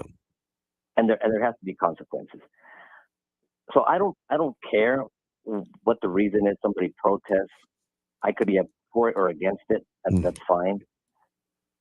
But it's what I was not happy about is the time. Okay, the students could have done it before school or after school, but not some of them. It was done at lunchtime, so they left at lunchtime, and then they came back. Yeah, and you can't do that. Once you can't leave the school and then come back. Oh, I didn't know that. You can't come. You can't come in and out. Right. You can't come in and out. And that's what a lot of them did. And some left and they didn't come back. Right. So I did my part, and there's going to be more to this. I want to keep on having discussions with Tim Brienz and see what the rest of the board and. I don't know what the policy is, but if a kid disappears on campus, I would assume parents are notified. Yes, definitely, and they were. Okay. And they were. Right. And there were parents that were not happy. They didn't know that their kids did it. They didn't agree with it. They didn't like it. They didn't know. Uh-huh. And of course, there are other parents that were for it. Sure. You're always And going to have another that, of course. And another parent that just don't care. There's a little bit of everything. Right. One of the problems that I have seen, actually the biggest problem in the high school is there really isn't any problem students. It's problem parents. Oh, you think? I think that's a good observation. You can't blame the student, the child, because their parents are not parents. Yeah. I have talked to some parents who had several children, and one of the children just does not take correction. That can happen. And so I'm not always sure it's entirely the parents' fault. That can happen. But Correct. And the majority of the time, it's the parents. I think you're right. Yeah. There's exceptions. There are some people, some students that just cannot be controlled for whatever reason. But the majority of the time, it's the parents. They don't watch out for the kids. They don't discipline them, and that's unfortunately what's happening in society. I've read a number of studies that show parental involvement is the single greatest predictor of how well students But do. sometimes those kids are mirroring their parents. Oh, sure. Bad behavior. Right. Correct. What are you going to do at that point? Right. Well, actually, I think we should give parents attention, not the students. Yeah. Bring them into school and keep them there for a couple hours. How's that? Well, you run into all kinds of potential problems. Well, I'm just being sarcastic. Yeah, Or maybe okay. more in the cafeteria. But Or most maybe more parents, in the cafeteria. well, I think most parents want to get involved. I mean, most parents want to know if something's going on. Most of them. I would hope. Yes. I may be wrong on that, but I'm assuming most parents want. I think it depends a lot on the culture in the particular location. Definitely. And I did get a lot of calls from people in the community yesterday. I thought so. So I was with Tim Brienz and I made several calls during the day. I was just hoping that nothing happened as far as any type of an incident. The only one I Luckily- didn't even know what happened yesterday. I was doing other things, but I heard it from Carl, and Carl's the one that had the sign taken down. Hopefully, that was the whole thing, and everything else was peaceful. Well, there was another incident on 4th Avenue and 16, I think it was.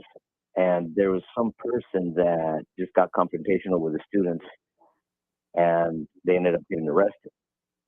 The person did or the students? Or both? The person. Oh, wow. Well, there's no reason to go attacking the kids. Yeah, I guess. Well, exactly, and that's what I mean. On something like this during school hours, you don't know who's out there that's going to get upset, will confront the students, and who knows what could happen. And I don't know how much the school's liability is. I mean, I don't know if there is any. If they're supposed to be in school and they're out on a street corner instead. Right. Well, I don't think there's any liability, because if the student leaves, I mean, it's not like we close the gates and lock them in there like they go to jail.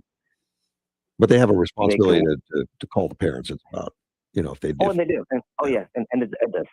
There's ways to notify them, and they do. It's either phone call, text, or email. The parents are notified immediately by all means. But let's see what happens. Hopefully, this is the last one that happened like this. Like I said, whatever reason they protest, that's none of my business. For a kid, as long as they do it before or after school. A kid to get off campus now, you always have a security guard that's even at the entrance to the parking lot. It's not like you could stealthily drive out. You're going to get noticed. Right. Oh, yeah, of course. But it was so many of them that it was like a parade. Wow. Yeah, that could explain quite a bit. It was a lot of kids at the same time. So it was all the cool kids. I wouldn't have gone then. I stayed. Well, I thought you were spearheading it. No, I wouldn't have been Shirley, man. Yeah, gotcha. But anyway, let's see what Carl does. It's in his hands. He's actually the victim, and let's see if there is justice. Yeah. What happened? Well, I think that justice is simple. Just help them get the sign back up. Well, I think that depends on the prosecutor. Right. And then whatever Carl asks for, because he can pressure, or he can just have everything dropped. Right. It depends on him. So it's switching gears on you. I just a reminder that today at 6:00 at the Board of Supervisors, we're having I guess it'd be a public forum with myself, the recorder, the assessor, and the treasurer. This is open to everybody in the community, and it's just to explain how we work together, and then especially what's happening with the seed fraud. And there has been some major cases in the foothills, and this is a way for the community to come up, ask questions for either myself or tax purposes or the assessor. Yeah. And it's at 6:00. Yeah. Could you explain what the subject is again? I wasn't quite clear. Oh, sure. Well, what happens is most people don't understand how the three of us are linked, how we're linked together. Okay. So we're three different offices, but we're connected when it comes to property. Yeah. And too often people get confused what the assessor does compared to what the recorder or the treasurer does. And we're going to explain exactly how we're linked, how we work as a team, and then also how you can protect yourself with fraud alert. Oh, okay. There was a case about a week or two, over in the foothills, and it was almost 200 lots. It's a lot. A whole section. Yeah, that's. So I've said it before. It was coming. Now it is here, and it depends on what part of the county you live in. Is the type of fraud. Some is unintentional. Sometimes it's just a typo, and it appears to be fraud. Sometimes the fraud is family members, and then sometimes the fraud is from unknown criminals who are looking at the equity, not the property. Okay, so with this 200 lots in the foothills, can you tell us a little bit more about what it involved? Well, what happened, it was a case where there was an owner in the foothills, and he had his attorney. This man is also from Minnesota. And it was a transfer from, and I'm trying to remember, it was from the trust to his personal name. He owned it. And in order to sell it, he had to make that transfer. Anyways, but when the transfer was made, it wasn't done correctly. It was a typo. And instead of transferring 4 lots, the whole section was transferred. So everybody got a quit claim. Wow. Now I will give kudos to the sheriff's office. Their investigator, once they found out, they were notified. They moved in quickly, swiftly. They contacted me, and luckily everything was resolved. Everything was taken care of. Yeah, and just the typo, amazing. Right. It wasn't typed up correctly, and right off the bat, it appeared to be fraud, but it was investigated and it was taken care of, and everything's good now. But that's just one example. Yeah. And there's other types of fraud, so this is important for the community to find out. And then also, it's not just a fraud. Exactly what does a recorder do with a deed? What exactly does an assessor do with a deed? And then the I guess most popular guy is the tax man, which is the treasurer, which everybody loves. Everybody loves getting a tax bill. Yeah. No one will be sitting next to him. He'll be all, Well, we're going to be sitting up front, so yeah, it's required. We as much as I don't like taxes, we have to have a way to fund the government and all the services we get. Correct. So hopefully everybody will go, or as many people as they would like. It's open to the public. It's at 6:00, so it'll last an hour and a half, 2 hours. And doors are open. Come on over and get to meet us, ask questions, throw tomatoes at us, tar and feather us, whatever you want to do. But now you've got my interest. Yeah, well, but this is something that we want to do for the community, so that they understand, they know that we're an open door, the three of us.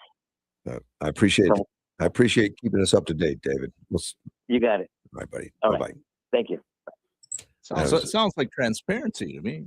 Pretty much. We'll be right back. Unseasonably mild weather continues with the warmest day today, up to 87 this afternoon. A few clouds and 63 tonight. Cloudy and 78 tomorrow. Cloudy and 56 tomorrow night. Mostly sunny and 81 on Friday. In a world where Wi-Fi battles rage and bandwidth is never enough, one family dares to connect it all. Work from home, influence all day, stream all night, and game to win. Deadlines, downloads, and dance-offs, all happening under one roof, flawlessly. Can your internet provider do that? Fiber fuel your household at allofiber.com/all-in. My name is Whitney Allen, and I'm a widow. My husband, Ryan, died. We never thought we'd ever have to use life insurance, but the unexpected happened. With Ethos, signing up was fast and 100% online. You can get a quote in seconds, apply in minutes, and get same-day coverage. No medical exams, and you can get up to $3 million worth of coverage. I am grateful we were prepared. Get your free quote at ethos.com/term. That's ethos.com/term. Paid spokesperson. Time spent on application may vary. Online health questions required. At Hospice of Yuma, we believe that everyone deserves compassionate care, especially when it matters most. As the area's only nonprofit hospice, our mission is simple: to provide high-quality, compassionate care to all who need it, regardless of their ability to pay. Our team of skilled professionals and dedicated volunteers work tirelessly to ensure that your loved ones receive the care and support they deserve. We focus on comfort and dignity, helping families navigate this difficult time with grace and understanding. Choose Hospice of Yuma for quality care that puts you and your family first. For more information, please contact us at 928-343-2222. AM 560 KBLU, Russ Clark and Dean's here. Glad to be here. Sheriff Wilmot just sent me an article, which was interesting, that the Immigration and Customs Enforcement has arrested an illegal alien with an active deportation order who was just 1 week away from becoming a New Orleans police officer. Oh, yeah, I saw that. You see that? Yeah. Apparently, they'd already assigned him a gun. He was in training. And it's illegal for him to possess a gun, I guess, being an illegal alien. Correct. Don't they do a background check? Don't know. Maybe you would think they would. I mean, we're talking police officer.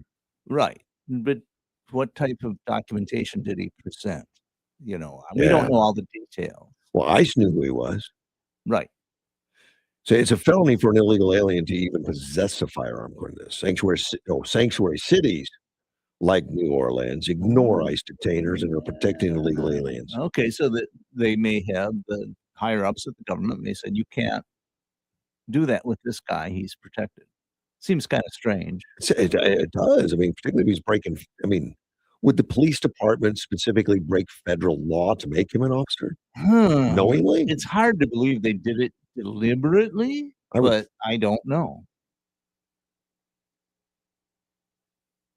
Well, according to some, are saying that he was illegally given a gun by the police office. Well, that may be, but it doesn't necessarily show that the police office knowingly did it. You can do something illegally without knowing it. Yeah. I would think it would be easy to look at, assuming, like you said, the credentials. Well, look, and they would be able to find. I mean, you'd have a process where the candidates go through some type of screening process. And after that screening process, the people further belong believe they have been screened. So if somebody in the screening process messed up or deliberately did not look hard or whatever, it's possible that everybody below that just assumed that it had been done correctly. Well, in 2022, his green card application was denied because of fraud. He was subsequently ordered to appear before a federal immigration judge. Failed to do so. As a result, in December of last year, this judge's ordered him deported from the United States. Sure. Okay. So that's all on file. But I think we can see then is that if the police agency didn't get notification of those things, and he had a green card and turned it in, and they're assuming it's legitimate. He applied for a green card and it got denied. Oh, he did not have a green card. Oh, okay.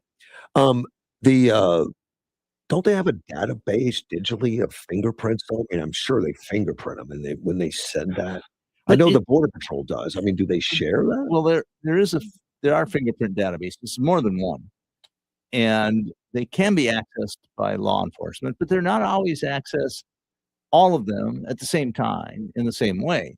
So I don't know when his application went in to become a police officer. It was the end of his academy training. That academy training could be for 6 months. I mean, maybe his application had fingerprints and they checked it at that time. And then after that, he became ineligible for whatever reason. I mean, I can see circumstances that would compound together in the agency not realizing that he was had a deportation order. Yeah, maybe. I hope so. And there for them. I mean, that often I see this kind I of thing. I like to think that they would not know. It's just, as a police officer, you have a lot on the line. You are supposed to be dutiful about your assigned duties and to correctly follow the law.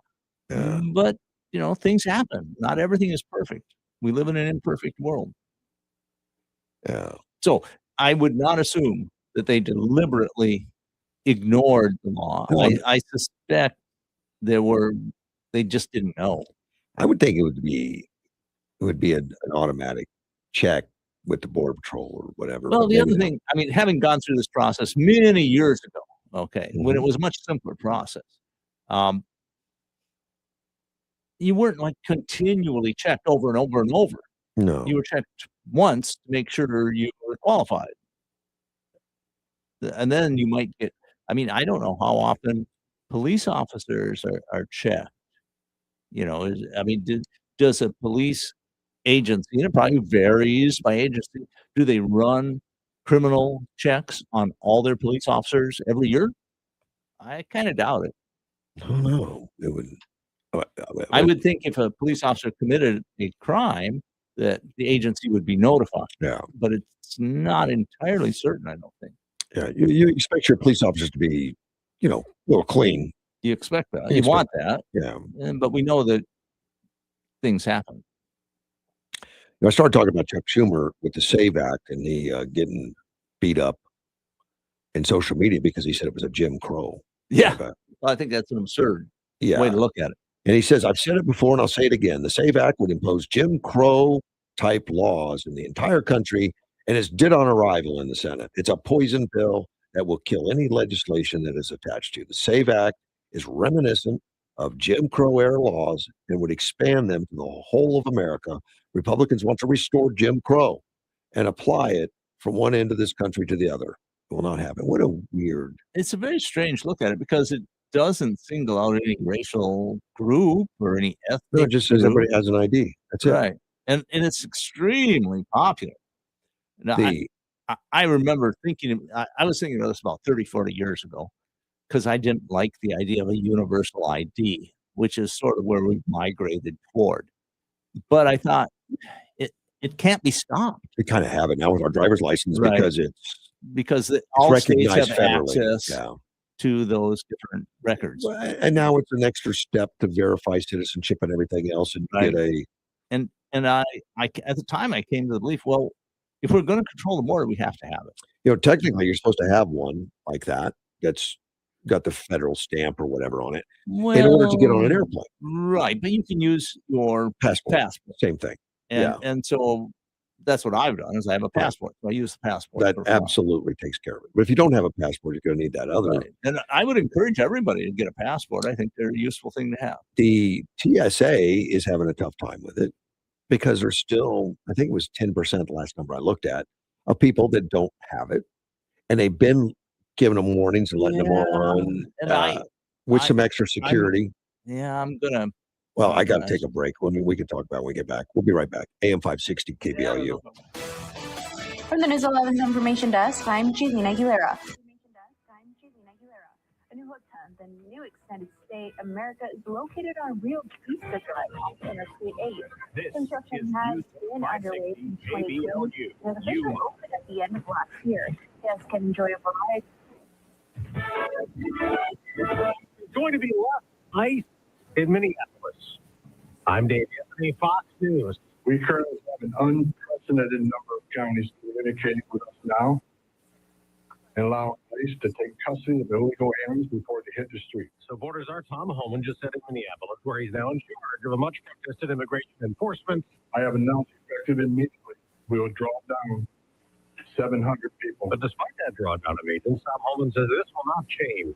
President Trump fully intends to achieve mass deportations during this administration, and immigration enforcement actions will continue every day throughout this country. As Homan also calls for the decrease of the violence, the rhetoric, and the attacks against ICE and Border Patrol. But Democrats keep demanding ICE reform, calling agents out of control as anti-ICE protests rage, angry over recent deadly shootings. They put Homeland Security funding in jeopardy. DHS only has money for some operations through next Friday in the bill that ended the partial government shutdown, funding everything else through September. Now an update on the search for Nancy Guthrie, the mother of Today Show host Savannah Guthrie, believed kidnapped from her Arizona home Saturday night.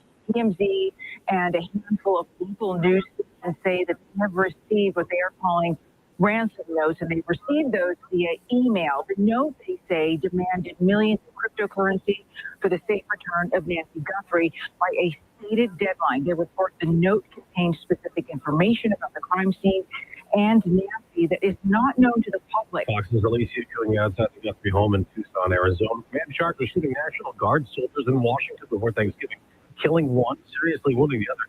Just pleaded not guilty in D.C. while the known lock and wall could face the death penalty. The surviving soldier, Andrew Wolf, posted on X last night. He's grateful to be alive. Next hour, the man convicted of the second Trump assassination attempt in 2024 sentenced Ryan Ruth to life in prison. Americans listening to Fox News. Are you with dry AMD? If so, you could be on the road to geographic atrophy or GA, a condition that leads to retinal cell death and permanent vision loss. But with Izervay, you can slow it down, get it going lower. Izervay slows GA progression by targeting a key source of retinal cell death, which may help preserve your vision longer. Izervay, or Avastin Pegol, is a prescription eye injection used to treat GA. Don't take it if you have an infection or active swelling in or around your eye. Izervay can cause eye infection, retinal detachment, or increased risk of wet AMD. Izervay may temporarily increase eye pressure. Your vision may be impaired after an eye injection or exam. Don't delay. Ask your doctor about Izervay today. Izervay, Visit Izervay.com. That's IZERVY.com. Paid for by Stellar Pharma.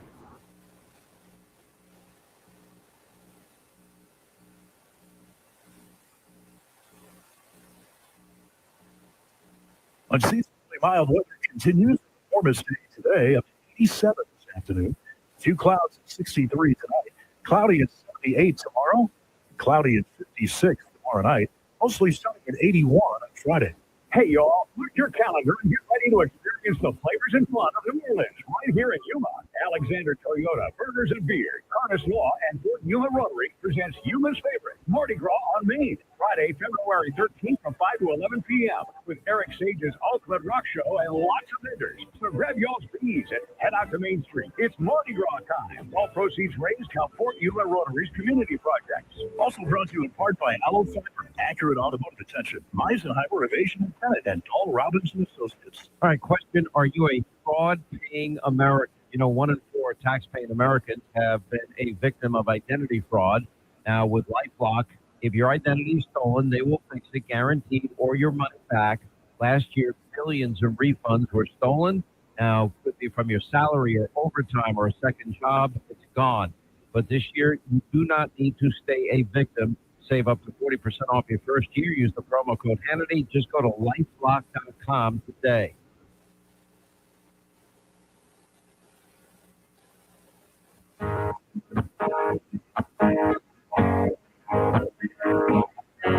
There's a man in D.C. Hey, I'm 560 KBLU, Russ Clark with you. Dean here. Glad to be here. Yeah, we were talking about Chuck Schumer and the SAVE Act that, social media's beating him up. And we see a commentator and writer, A.G. Hamilton, writes, Schumer used the same line to describe Georgia laws that indisputably expanded voter access back in 2022. And that's where I got that information about it. It's incredibly how offensive and unserious to pretend that every voting law equates to a renewal of Jim Crow. That's the only. I guess the only thing they got. It's insulting to people of different races that they. Correct. Wait, I'm not smart enough to get a voter ID. Yeah, or to register properly. Yeah, let's get a vote. Let's take a phone call. You're on the air. Yeah, I'm really glad. I is so impressed with these kids' ability to stay organized while they're skipping school. I'll tell you what, when we had our senior skip day, we all went to the beach. We were very, very organized too. But let's see how organized that they would have been if it was a Saturday. You know darn well there'd have been 0 kids out there on Saturday. This is all about a reason to skip school. If you would ask any one of these kids why they're up there, ICE is racist, ICE is Nazis. They have no idea why they're even out there other than skip the school. Wow. And it's really something that Clyde is just so impressed by that. He must be very easily impressed. I think that's a great point. It is. Like I said, if I was going to, if I were in school, I'd skip because it's skipping school. Yeah, you get out of the discipline for a few hours. But you're right. Saturday, I'd say nah.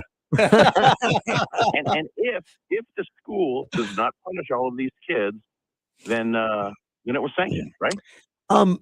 That's a great question. Now, having David on it, the school's responsibility is really to notify parents, and we'll see. I don't know if they broke school policy. A colleague of mine brought that point up, and it's fact. If the school doesn't do anything to them, then they sanctioned it. Well, and I just got a note from our sheriff. Actually, he said, "Looks like a couple teachers promoted the walkout." That's probably I true. wondered about that. Yeah. That's probably true. That's probably Fire. Yeah. I would think so. Fire them. You're gone. I would think so. Promoting a skip day.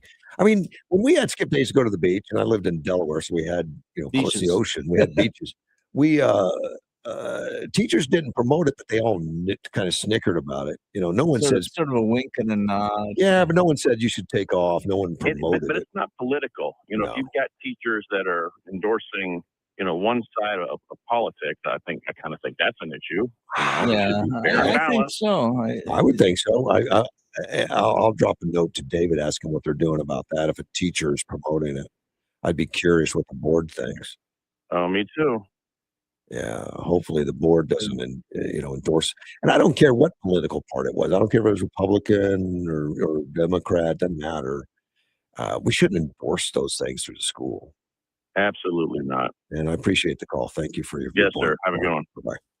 Yeah, great viewpoint. Yeah, and if one side is promoted, then the other side thinks they should get promoted too. I know I saw Yeah. this with the Second Amendment stuff Yeah. because some schools would promote a demonstration against certain Second Amendment viewpoints, and then the other side said, "Well, we're going to have a school day too to do it for our side," and the school said, "No, no, no, that doesn't work." So that Yeah. was clearly one-sided in some cases. Interesting. Yeah, I know. Interesting comment from a listener, Melanie. Where did the term Jim Crow come from? Makes me think of Jose Cuervo. Well, it's not. It's not tequila. Jim Crow started in the South when the federal government started forcing, blacks civil rights and voting and all that kind of stuff. I don't know when it started. I don't know what year Jim Crow started. It was in the 1770s. I think. That looked that far back.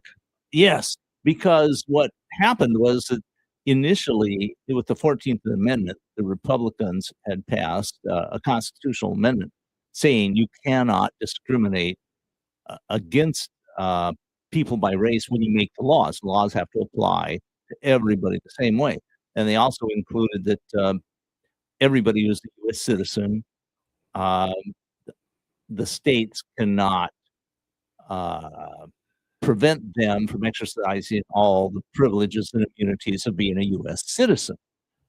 Well, the Supreme Court, there was a lot of difficulty going on in the South after the Right. Civil War. That was during Reconstruction, and that the radical Republicans had military, had a lot of Union troops still based in the South trying to enforce what they wanted. And the majority of the Southerners, and in most states, the majority were not freed slaves, didn't like it. They didn't like being told what to do. And so there was kind of like a low-level insurgency going on with the Ku Klux Klan and such. Right. And cases came up before the Supreme Court as to what privileges and immunities clause meant. And then there was a very highly contested election, I think it was 74, 76, in which it wasn't certain what presidential candidate won. And the Republicans said they won, and the Democrats said they won, and it went to the House of Representatives, and a compromise was reached where the Republicans, they said, okay, we'll accept the Republican candidate for presidency, but you have to remove Union troops. And so that was the compromise that was accepted. So the Union troops were removed from the southern states, and then the southern states just started passing laws that, while not explicitly discriminatory, they would claim separate but legal. Separate but equal, for example. And that's the way it's written up here: separate but equal status. And that was the start of Jim Crow, and I think that was in the 17. Is that where you had like a water fountain for whites only, water a water fountain for blacks? blacks, a black school, a white school. Kind of a weird time. And it was, but I can understand both sides. I mean, I really can, because here was this culture entirely based on discrimination. Right. And then you have an outside force from the north saying, you must change, and in radical ways, and we insist on it by military force, and the local people say, no, we don't like being pushed around. It says measures like poll taxes, literacy tests, and grandfather clauses were used to prevent African Americans from voting. This is where we got a lot of the. There was a lot of laws, but it was all by different states, different counties. I mean, there was a lot of different stuff. This is where we got a lot of the requirements for carry permits for firearms, pistols, particularly, and saying that you have to get a permit from the sheriff to buy a pistol. Well, if you were black, you're out of luck. Wow. Like Martin Luther King applied to get a concealed carry permit. I think it was it Georgia? I'm trying to remember. And they wouldn't give him one. I mean, if somebody needed it, obviously he did. He did. And they would not grant him one. It says those who defied these laws often face severe violence, including lynchings. Of course, lynchings in the South were huge. Well, there are a lot by what we look at today, but I think the total was something like under 1,500. Yeah, that's a lot. I mean, it's a lot in an absolute number, but over what, 60 years or so. And you said 1700s, but No, I said 1870s. 1870s. That's correct. And it was Rutherford Hayes. He lost but won the House. Yeah. Okay. Okay, and I got that from a listener. Not and it's not clear that he lost. I mean, it was a hotly disputed election. I mean, and there was a lot of allegations of fraud. It was kind of like 2020 in a way. Oh, and the listener's asking about David Lara when he called in the meeting. It's tonight, 6 o'clock. 6 o'clock, yeah. At the County Supervisors Board chambers there. Yeah. So that's the building down. Yeah, okay. Down on Main Street, 6 o'clock, and they'll have that sounds interesting. treasurer, assessors, county supervisors, recorder, treasurer, and assessor. I recall. I don't know. If supervisors would be there. They have to be. How would you not have them there? Well, I don't recall David mentioning them. Gilbert writes Jim Crow, 1877. I got 1876, 1877 in that area. Yeah, so I was pretty close. But it was all done separate. Separate states were doing it. Well, right. I mean, it was all in defiance of the 14th Amendment. Yeah, and the Civil Rights and for Act. Chuck Schumer to call the SAVE Act Jim Crow, how is that a separate take? But it's their racist card. It's a bar too high for a black man to get a voter ID. I mean, that's what Jim Crow was all about. They were trying to put a clauses in there that would eliminate them somehow, eliminate the blacks from voting, eliminate the blacks. Well, you have a literacy test. And I recall a story, I don't know if it's correct, about a black person coming to vote, and then we have to pass this literacy test. And supposedly the sheriff had two newspapers. One was in Chinese and the other was in English. He gives the Chinese one to the black voter and says, "Read this." It's a great story. And the sheriff says, "What does it say?" And the black guy says, "It says I ain't voting today." Great story. I don't know if it's true. Could be just could be made up, but made up with some backing that some reality happened back in Jim Crow. I mean, it's a terrible time. But to have Chuck Schumer just throw around, well, that's Jim Crow. It's just ridiculous. It is, but it's what they've got. It's what they based their whole structure on. I mean, we claim racism, and of course, the response now is your race card is maxed out. I think so. And to equate it to that, and I just read there the penalty for defying the Jim Crow could be a lynching. Well, it could be. I mean, there was all sorts of different stuff happened. I mean, I recall reading one because I'm interested in the Second Amendment. A bunch of black people insisted on their right to vote, to assemble, or whatever. And you essentially had a bunch of KKK, whatever you want to call them, and officials opened fire on them and killed a bunch of people. I mean, they just used very strong semi-military force to say, you can't do that. We won't let you. I forget the exact incident in the South, but I was when I read about it, it was pretty nasty. Was it bipartisan or mostly Democrat, or do you know? I think it was virtually all Democrat. At that time, just about almost all freed slaves and black people in the South were Republicans. Because Republicans are the ones that prosecuted the Civil War, insisted the Emancipation Proclamation. It was all Republicans that did that. So it would have been a lot of Democrats, but I don't think Democrats take credit for it. No, they say, well, see, all those Democrats back then, now they're Republicans. That's what they say. You remember Stacey Abrams down in Georgia? She's got some problems, doesn't she? Yeah, she does. At the time, she said the Georgia voter integrity law would be Jim Crow 2.0. And that was when they did their integrity law back in 21. Right. She was talking about that. And Major League Baseball even pulled its All-Star game from Atlanta in 2021 amid Stacey Abrams' pressure. Right. Like, we're doing Jim Crow, which it's just a word that's going to spark a lot of emotion. All about this idea of white supremacy. Whites are born racist. You can't help it. If you have white skin, you're racist. It's all this idiotic nonsense out there, which is all part of DEI. Yeah.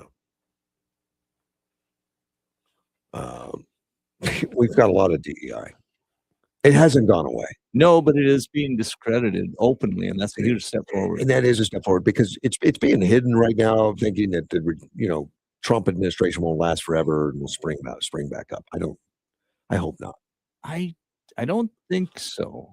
I I don't think it can. I think it's ridiculous I to, think to the gatekeepers that promoted it are discredited, and they don't have control over the narrative anymore. And that's really the important thing. but to make decisions based on race and history versus ability, it's just ridiculous. Well, I think it's bad. It Yeah. doesn't work well, and there's all kinds of examples throughout history where it has not worked well. Because what it essentially promotes is tribalism, and then you get all these various segments in society pitted against each other, and that's just bad for society.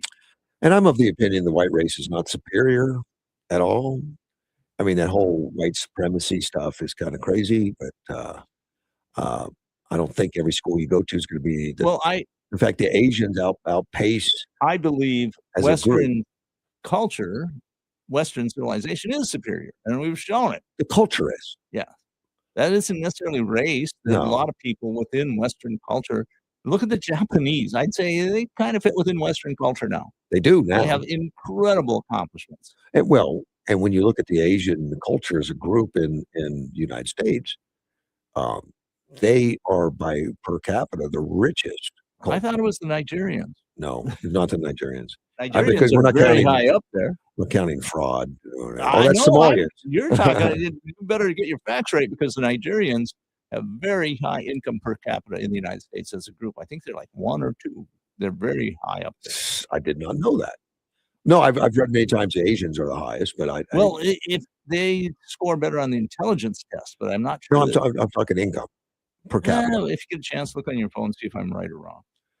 I will. I'll look. I hope you're wrong.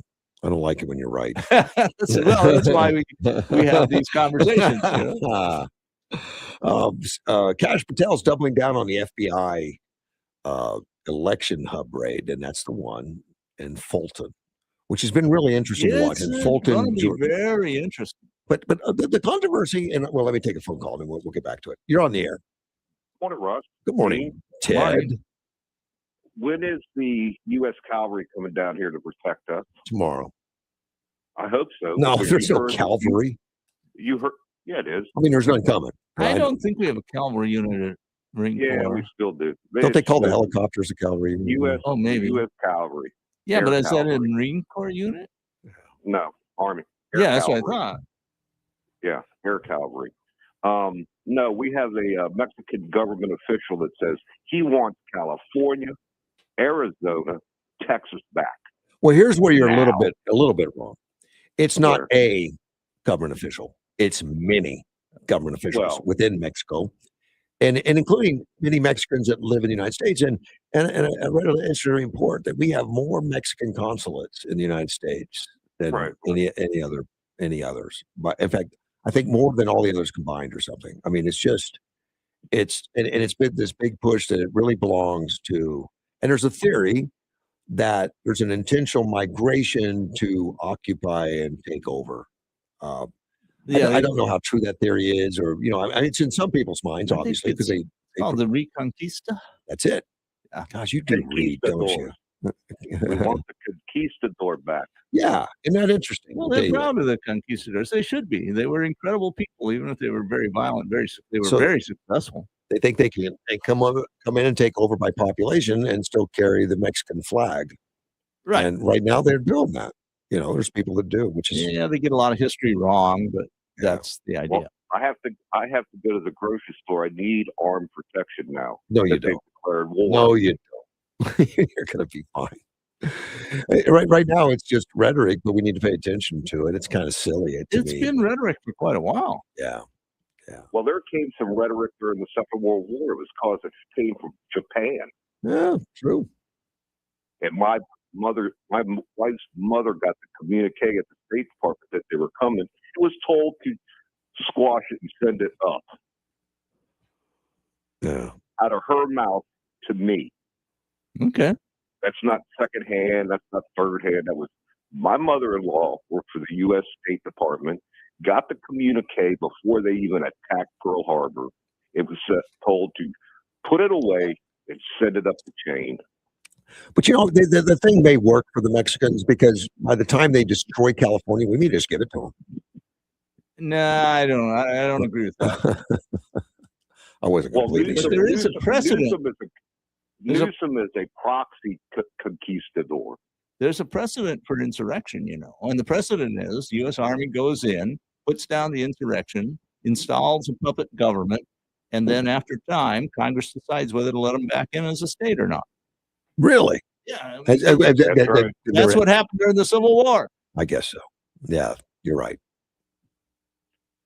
So I'm hoping my local law enforcement protects me going to the grocery store. You don't need it. As far as I'm concerned, Mexico has declared war on the United States. Well, let's see. Go to the grocery store and then come back. And if you come back okay, we know that law enforcement is doing their job.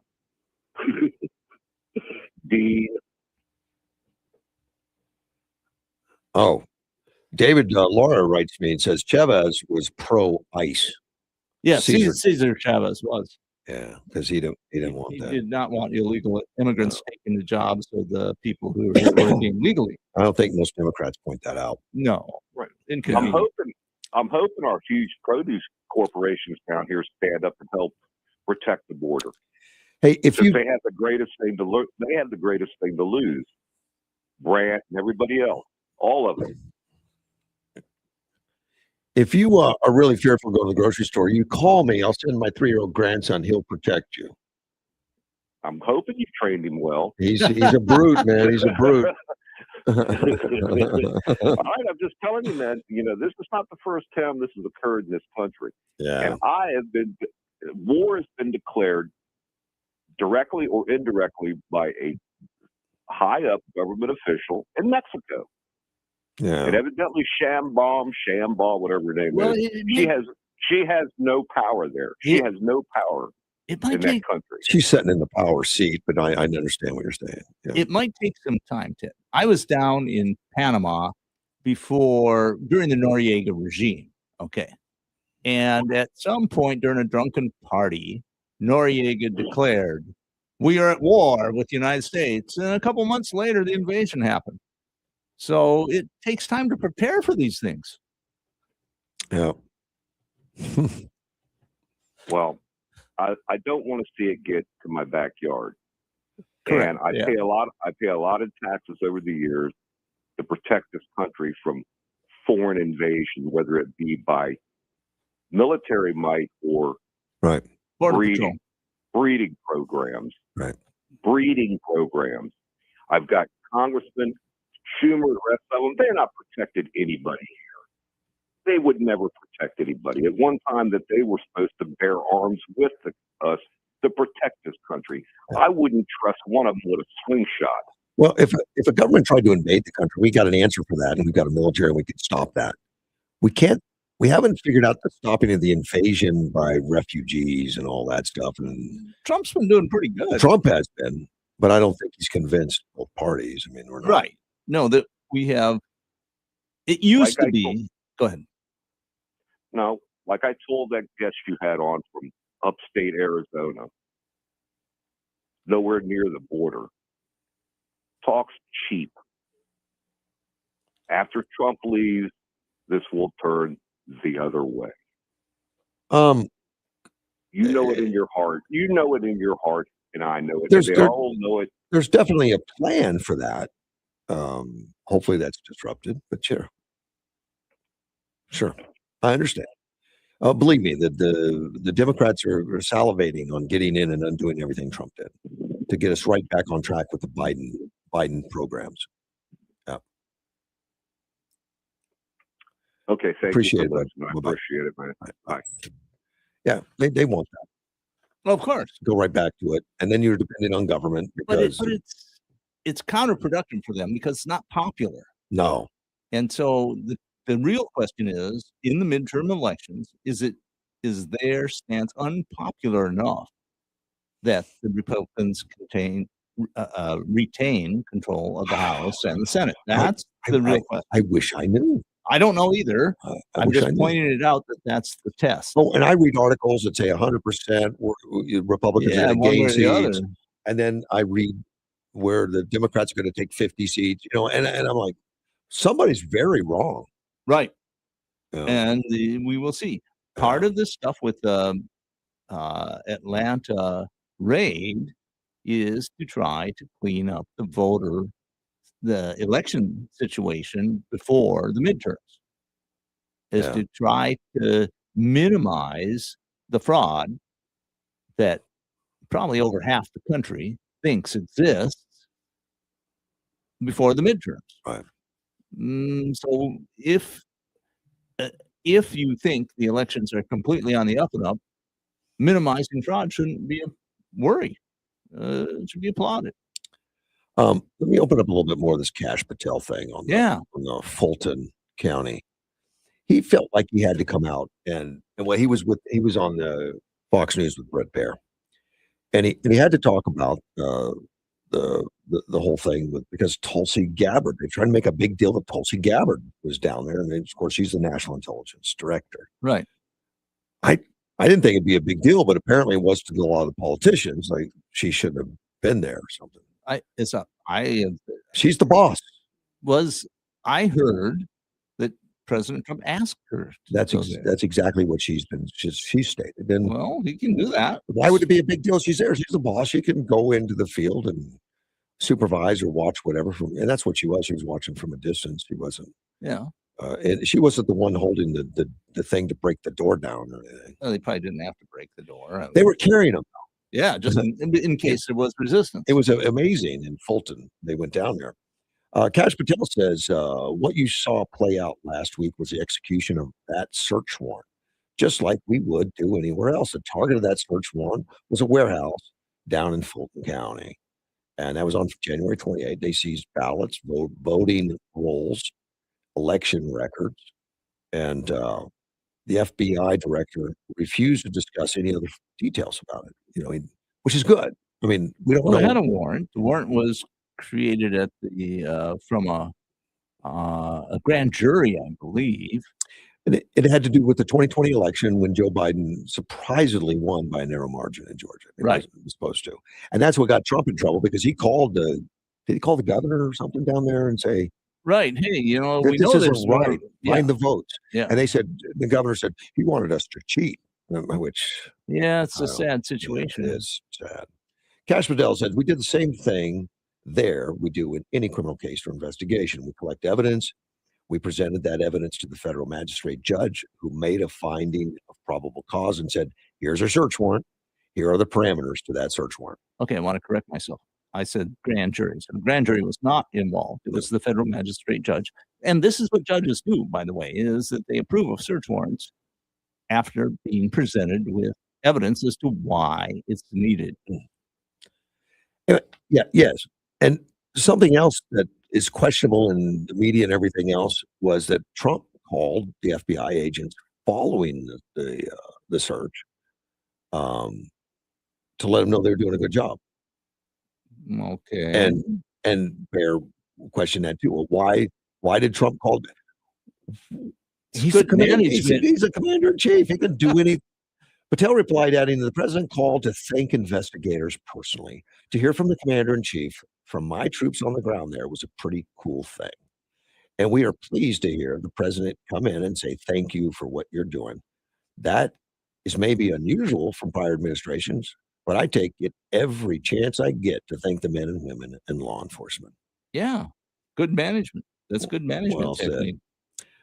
National Director Tulsi Gabbard, of course, she was asked, well, what's your president doing here? Why are you lurking around? And that's what they put it to, lurking. Why are you lurking? Wow. Not to put a spin on it. She said, this doesn't suggest there's some intentional element to this. That's according to Bear. Bear's asking Brett Baer. Bill says, I'm happy to have a team of investigators involved. And Gabbard wrote a letter to congressional lawmakers on Monday because they demanded an answer. Okay. Like, why are you doing your job? Yeah, exactly. It said Trump specifically directed her to be present during the FBI search. So, yeah, he's got that prerogative. For a brief period of time, I accompanied FBI Director Bailey, the local one, and Atlanta acting special agent in charge, Pete Ellis, in observing FBI personnel executing that search warrant issued by the United States District Court for the Northern District of Georgia pursuant to a probable cause finding. And her presence was requested by the president and executed under my broad statutory authority to coordinate, integrate, analyze intelligence related to election security, including counterintelligence, foreign and other malign influence, and cybersecurity. The FBI's intelligence, counterintelligence divisions are one of the 18 elements that I oversee. Yeah. So go oversee it. Well, and President Trump is not silly or stupid, and he would know that this gathering of evidence, this execution of warrant, will be controversial. The other side's going to attack it. So he put some of his best people down there high up to observe so they can personally cite what happened. Done right, done professionally, done everything. Exactly. And of course, it involves him directly because that 2020 election was lost by him. Right. And there's been some of the allegations against him. Right. And he got, he got drugged into court over saying he was trying to fix an election. Right. Which is ridiculous, but doesn't matter. You can take anybody to court you want to take. Right. It's quite all right. Well, I know Gilbert wants to call in, or I think he did want to call in. I don't know if he still does, but I just turned the phones back on. How many people did Jimmy Carter allow in America? All the Cubans. He wrote that Cubans.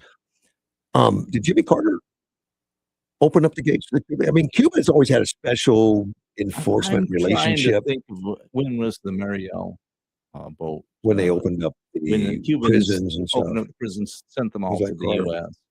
It might have been during Carter, but just not. I don't recall for certain. Cuba had special handling, like if you get your feet on dry ground, right, you're here. If we catch you in the water, you're going back. Yeah. Let's take a phone call. You're on the air. Hi, this is Sandy. I'm not Gilbert. Good morning, but Sandy, not Gilbert. I took advantage of the phones being on. All right. Don't we all have to pay taxes for students to attend school? Correct. So, big money. One way or another. It sounds like, being a former teacher, if those kids were on a school-sanctioned field trip, I wouldn't have a complaint. Yeah. But they weren't on a school-scheduled school field trip. No. And then on top of that, you had teachers promoting it. So that indicates to me that they are teaching propaganda, and they are not teaching that ICE is a lawful enforcement agency. And it tells me that they need some sort of consequences, whether like an earlier caller, firing, because they're actually encouraging anarchy, no matter how peaceful it was, and encouraging kids to leave school. It's opening the school up, or maybe they could have a month or two without pay. That'd be pretty good consequence. Yeah. Well, I think this is all under investigation. We don't know for certain that teachers. Right, but I'm just putting ideas out. It doesn't matter if it wasn't school sanctioned. That's stealing of taxpayer money. Those kids just walking off campus. As far as we know now, it wasn't. David Laura called in, and of course, he's had a lot of phone calls already with parents and others, and there'll be more questions coming up from the board as to how this happened. Right. Well, and the teachers need to be called on the carpet. I think that worries me the most, because it tells me, it really, really, really bothered me with Yuma High and the transgender issue. That was really bad as far as I'm concerned, and as far as the school participating in that. And then the people you had come in and talk, they sounded inadequate. They sounded like idiots, and they were doing something that was wrong. And so now we're hearing that under you have like people that are supposed to know what's going on. It's not part of the school curriculum for them to teach these kids that ICE are bad guys. I can guarantee that. In a government class, they might be talking about protesting, okay? But still, what I think's happening is extremely bad. and it's on our money. They should be in school learning the board approved, state approved curriculum, and that's not what we saw. So No, and you bring up an interesting point. If the school knew, and I can't believe they didn't know ahead of time. Kids don't keep secrets. That there's the same thing had to be planned a day or two ahead of time. If they knew and did nothing about at least cautioning and warning the students that you're not authorized, and if you leave school grounds, your parents going to be called, and it's you're violating, some of the policies, then they missed an opportunity to reel that thing in. well, Let alone another promote it. thing to Yeah. understand is they are culpable. Those Yeah. kids are supposed to be under their care. Yeah. So that puts more financial money from the taxpayer and the school district and the school in jeopardy, and the supervisors, the principals, and all that, because those kids were not under any supervision.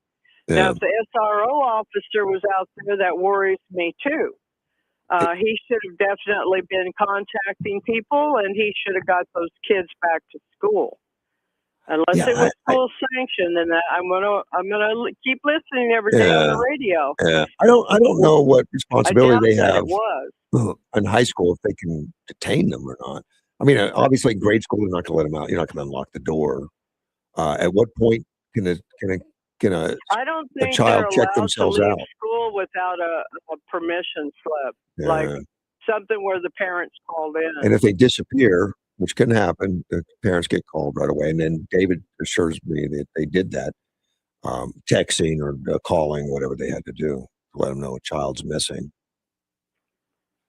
Well, that in that part, I'm glad that they did. Yeah. But no, they're really not. They're not supposed to leave school without filling out paperwork or whatever that the parents collecting them, like for a doctor appointment or something course. like that. Unless things have vastly changed. Well- and maybe I'm wrong. Maybe things have vastly changed. I know high school's changed a little bit in that a lot of seniors don't go full days, so it's not unusual for kids to leave at odd times.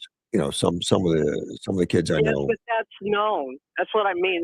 That's a documented thing where the people, when the kids are leaving, that's already established, pre-approved, parents knowing it.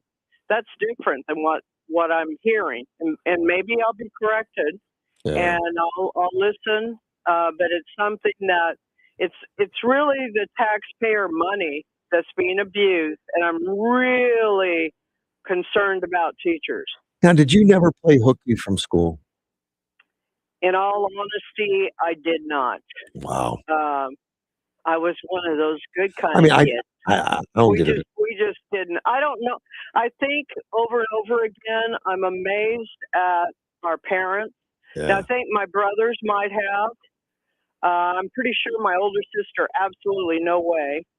And maybe the young one, she might have, the younger one. But something with my parents and how they raised us, I swear to God, they must have guilt tripped us. I don't know. I'm really glad that we were pretty good kids. My oldest brothers, they did get in trouble, and maybe we saw them being disciplined, and we thought, oh, we're not going to do that. I don't know, but no, I didn't do it. I didn't. So, Sandy, did you have a car when you were in high school? Oh no, Yeah, I think that's didn't a get to difference. drive until I was, I think, 18. Yeah, for me it was So- like 19. Oh, I had a car at 16 in the parking lot, so Yeah, I he's- always had he's a young guy. transportation. We never. We came from a family that didn't have lots of money, so Well, that wasn't. No one bought me a car, Sandy. I bought it myself. Yeah, but okay, yeah. okay. But yeah, I'm just saying, and even if my parents might have let me buy a car if I worked for it, but I don't think they would have let me drive it. I mean, they were very. I'm telling you, I don't know exactly how they did it. They were super protective of us. They thought school was extremely important. They wanted all their kids to become teachers and then do something else, kind of like a payback. Yeah. Of us, 3 out of 5 became teachers. Wow. But we didn't follow through though on the other part. I didn't realize Dad wanted us to go to do something else later. Teach for a while. None of us seemed to follow through with that part. But so I guess he didn't do a good enough job there. But he only had a 4th grade education because his dad died. He had to try to help his mother. My mother graduated high school, went back to school, graduated college. But my parents grew up believing that going to school was very important and it would help improve your ability to do well. And he also felt, they felt like it was payback for getting a good education. And I feel that I did, but everything I see anymore is very depressing. The numbers, of kids that can't read, can't write, can't do math at all. And then they can go out and protest. That's pretty easy for them. And they're doing it uneducated is the way I view it. Because if they truly understood that these people were illegal, many of them have committed terrible crimes, they, I think, would understand. And if they understood how the law worked and that a law was passed in Congress and these guys are enforcing that law and that it's actually being promoted by the Democrats, what's happening is the Democrats are, and I think there should be consequences for them. Why should somebody who's a politician be able to say such horrific things about people that are actually enforcing laws that they help pass? Maybe we need another law where they can't do that anymore. I don't want to restrict that. You just can't restrict speech because it doesn't end. Well, but other people's speech is restricted. Doesn't mean it's acceptable. You know what I mean? I just don't like being able to use that to keep you from being held accountable. I don't know. Accountable. I find it very. I think it's very bad when they target people, and that's what they're doing right now. They're targeting nice people. They're endangering them. Absolutely. I think there are reform efforts to look at court decisions on slander and libel, that you can slander and libel, essentially say anything about a public persona and get away with it. And that goes back to court decisions about 40, 50 years ago. And those are going to be re-looked at because they were very radical decisions. It basically said a media outlet can publish anything unless you prove that for a public persona, unless you prove that there was malice involved. It's very hard to prove malice. Right. I would really love to see that change. I think it may. And on Savannah Guthrie's mom, it worries me that she doesn't have her back yet. Today's Wednesday. I hope she gets them back. And if she does, maybe she'll have a better respect for law enforcement and for the FBI and for other people that help. I was really hoping that somebody from Border Patrol would find her immediately, but they say she doesn't have any dementia problems. I thought, well, gosh, maybe she walked away, but, maybe they can track her and find her. So it just sounds like it's really bad. Well, there's been some kind of request for money. We don't know if it's real or not. Right. Bitcoin or something. Yeah, Bitcoin. Yeah. And then there were more states that Mexico wants back. I was trying to find it. The official, it seemed like he was almost listing 10 states. So I think what we ought to do is, if they keep insisting on that we go ahead and take the northern part of Mexico and add it to our country. Yeah. I think that would be wonderful. Maybe Baja? Yeah. Oh, all of it, yeah. I think it would be wonderful. Absolutely wonderful. Yeah, well, and we could call it, the state of Old Mexico. We have New Mexico. I can hear Russ going, cringe, cringe, cringe. You know, don't cringe on it. I'm kind of laughing about it, but I'm also kind of semi-serious. You know, don't start something like that and think you're going to win on that, because I don't think we're going to let you win. No. So, but a lot of them are pushing for that, and sadly, we have people in this country that really need to just go back to Mexico, just self-deport. If you want to fly the Mexican flag, and you love Mexico, just self-deport. Go on, go back to Mexico and make a good life for They yourself. want the best of both. Yeah, they want to stay here, but they resist going back to Mexico, and then they claim, but they really love Mexico. Yeah. Well, have you seen what's happened with South Africa? I haven't heard a black man talk about it. He said when the white people were in charge, everything was run well. He says it's terrible now. They don't know what they're doing. I have read that. Yeah. Yeah. So anyway, hey, the schools just keep screwing up. And, you know, maybe it's not their total fault. I appreciate the call, but we're gonna get, we'll get more information. Bye. Thank you. Bye-bye. We'll figure it out. I mean, with David's help. Right. And everything. I think we will. And I don't know. Maybe teachers were involved. I mean, it all comes down to specifics. You have to look at what the real facts are. Yeah. And they're going to get to it because the children involved are going to say what happened. I don't think they're not proud of what they did. They're not going to hide what happened, I don't think. Wow. Great suggestion from Melanie. How about the school set up a meeting with ICE agents in the gym for the kids to get the other side of the information, educate them with the facts? That's a great idea. That's a good idea. I'm glad I come up with that. Yeah. Yeah. After I found it, Melanie wrote it, but yeah.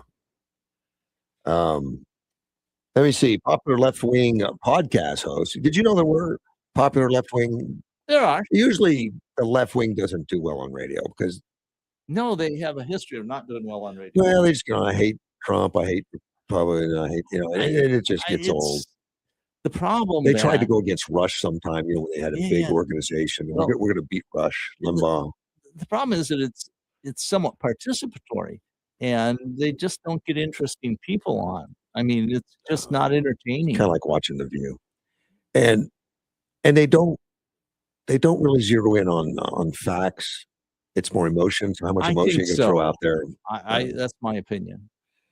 There's a one called "I've Had It" podcast. It's on Yeah, I think I might you've have heard of that? heard of that. They have Saturday. They believe out that the assassination attempt on President Donald Trump in Butler, Pennsylvania, was staged. Wow. Yeah, that's a big stretch, don't you think? You see this conspiracy type theories all the time. Yeah, and they're not limited to one side or the other. Correct. I mean, the side that's out of power tends to see more conspiracies because if you're in power, obviously the conspiracy didn't work. So, but we see it from the right and the left both. But what happens is just sort of a human reaction. I'm out of power. We know that we're right. We know that we're just. We know the other side isn't. So the only way it happened was they conspired against us. They used illegal means. I mean, that's just, you see it all the time. Well, they look at this. I mean, the people on the left look at this this moment for Trump, him coming up off the ground with blood on his face, yelling, "Fight, fight, fight." It can't be real. It had to be staged. That's what they say. He really got I shot. think In it's fact, absurd. there were press people, mainstream, that says all kinds of media that I don't believe he reported. was really shot, or maybe he planned it that way. Yeah. Like, I'm going to have some guy 800 feet away. Shoot, I don't know. What was it, 160 feet? It wasn't very far. It was It's about 120 yards. 120 yards. Oh, okay. So over 300 feet. But to shoot and just clip my ear. Well, some of the more sophisticated ones, they say, well, you see, one of the agents had a capsule of fake blood that they put on his ear when he had got him down on the ground. And that's how it wasn't really a shot, never came that close to him. I mean, you can always make a Those conspiracy agents big came enough to cover anything. They couldn't holster their guns, let alone something like that. But the whole thing is, and people died. People were hurt. Yes. One person died anyway, and other people were shot, seriously injured. And Trump was lucky he got away with a grazing shot on the ear. Yeah, he turned it just the right time. Yeah, otherwise, Looks like divine intervention to me. yes, he's suggested that he's not a Yeah. very religious guy, but this left wing is just sure they believe that it was a setup. Obviously, a lot of people are late to the party on this. A lot of people during the last presidential campaign got intoxicated by Trump's campaign. They got intoxicated by the fight, fight, fight photo, which I'm now going to go on the permanent record. I think was totally staged, the assassination. Huh? Amazing. Some people believe the moon landing never happened. Let's take a phone call. You're on the air. I take offense at one of those last statements of yours. Which one? They couldn't even holster their gun. How do you know she identifies as a they? Oh, I don't know. It could have been a he, she, or whatever. I don't know. And if you were trying to say plural, they, come on, man. It was one fat DEI hire. Well, and I don't mean deport every illegal. I'm assuming they were all equally gun qualified, maybe. Maybe. We'll see, but it didn't look very comforting on a visualization of it. Was very like these are who's protecting the president. You know? Poster for anti-DEI hiring process. Yeah. Well, and like you say, they were with Homeland Security. They weren't necessarily secret service. Yeah, they were with Homeland Security. Yeah, there was one famous clip of someone not able to holster their gun. What? I wasn't paying attention to the uniform. Okay, it just shows that he wasn't getting the A team. Well, all of them were dressed in civvies, I think. Yeah, perhaps not. Yeah, I don't recall. And we know why. Yeah. All right. All right. Your objections noted. Thank you. Thanks. It was one lady, at least. Yeah. Of course, I went and practiced with my gun a lot after that. I know it was such a terrible image. I don't recall if she was a Secret Service agent or not. And yes, that's one of the things that people who handle guns a lot are taught is you should be able to holster without looking. Yeah. And you practice that. But not everybody practices a lot. So we don't know. I don't know what her training and experience and exactly what her role was. A lot of it got a lot of news. Imagine it's going to carry with her for a long time. Oh yeah, absolutely. That's just the way the world works. It got a lot of attention. He did not have the A team. Well, I agree with that. And Dan Bongino brought that up repeatedly for months before it happened. Saying something bad's going to happen. Yeah. His threat level is out of sight, just incredible. And yet they're insisting on not increasing the security, and they're not having the very best they can there. Right. And it seemed like he was pressing it. He nailed it. He was right on that one for sure. You see on the conspiracy theories, I think that's it. I mean, they go on and they drill on about. You can always Trump. make a conspiracy theory complicated enough to cover any facts. Yeah. The White House spokesperson said that Welch, which is the person who's doing this, and Pumps, the two of them, are suffering from Trump derangement syndrome. I think that's fair. That sounds reasonable. I've had it with hearing sick conspiracies with no name, liberal podcast hosts who clearly suffer from a severe case of Trump derangement syndrome. But this same podcast has had former President Barack Obama, Elizabeth Warren, New York City Mayor Zoran Mamdani, and Vice President Kamala Harris. So they're not that small time. No, if they have those on, those are big names. Those are not easy names to get for a podcast, unless you're Joe Rogan. Right. But I mean, Rogan wasn't able to get Biden on. Did he ask for Biden? I think so. Oh, he did. He asked for Harris.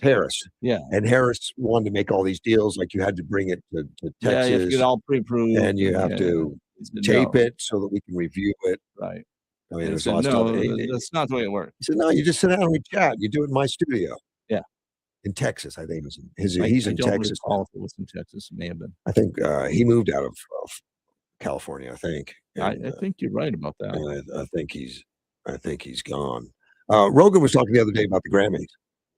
Oh, okay. Apparently, the nominating committee asked him or told him he was going to be up for an award, and he had to pay the entrance fee. Did you know there was an No, I didn't know that. there was an entrance fee to be eligible to be nominated for the award? And of course, he is the #1 podcast in the country. No question. Guess what the nominating fee cost just to be in there? I'm going to guess $20,000. No, it's only $500. But I say only. I think it's ridiculous. But the $500 to have to be nominated. And he said, no, not interested. Yeah. He said, we already know who #1 is. I don't have to wait for you. Yeah. That's a good point. I mean, he's a smart guy, you have to say. Yeah, well, that's why he's got the #1 podcast. I mean, he's Right. doing a great job. He really. I think he's far more influential than CNN. I think so. I think so. We don't talk about him as much, though. No, I mean, but he reaches such a large audience, and he talks with people that allow you to see this person reacting for hours. It's amazing. It's such a deeper insight than the sound bites we normally He get. kept Trump for what, 2-3 3 hours? hours. Was it 3? Yeah. And it was. I watched every minute of it. I did too. It was incredible. Absolutely fascinating. Did a great job getting things out of him. Dean, we're out of time. That's the way it works. Another Wednesday's gone. I'll see everybody else tomorrow. Thanks for coming in, Dean. AM 560 KBLU.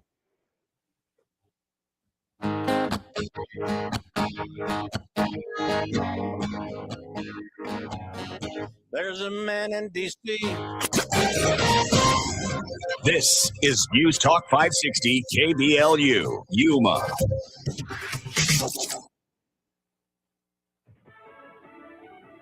Life is doing its job with more local cooperation. I'm Dave Anthony, Fox News. We're taking a lot of bad people off the street. Everybody should be grateful for that. Borders are top moment. Now in charge of controversial immigration enforcement in Minnesota says that new unprecedented cooperation means he's reducing the federal force there by 700 while also urging protesters to stay peaceful. The less rhetoric, hate, the less attack means we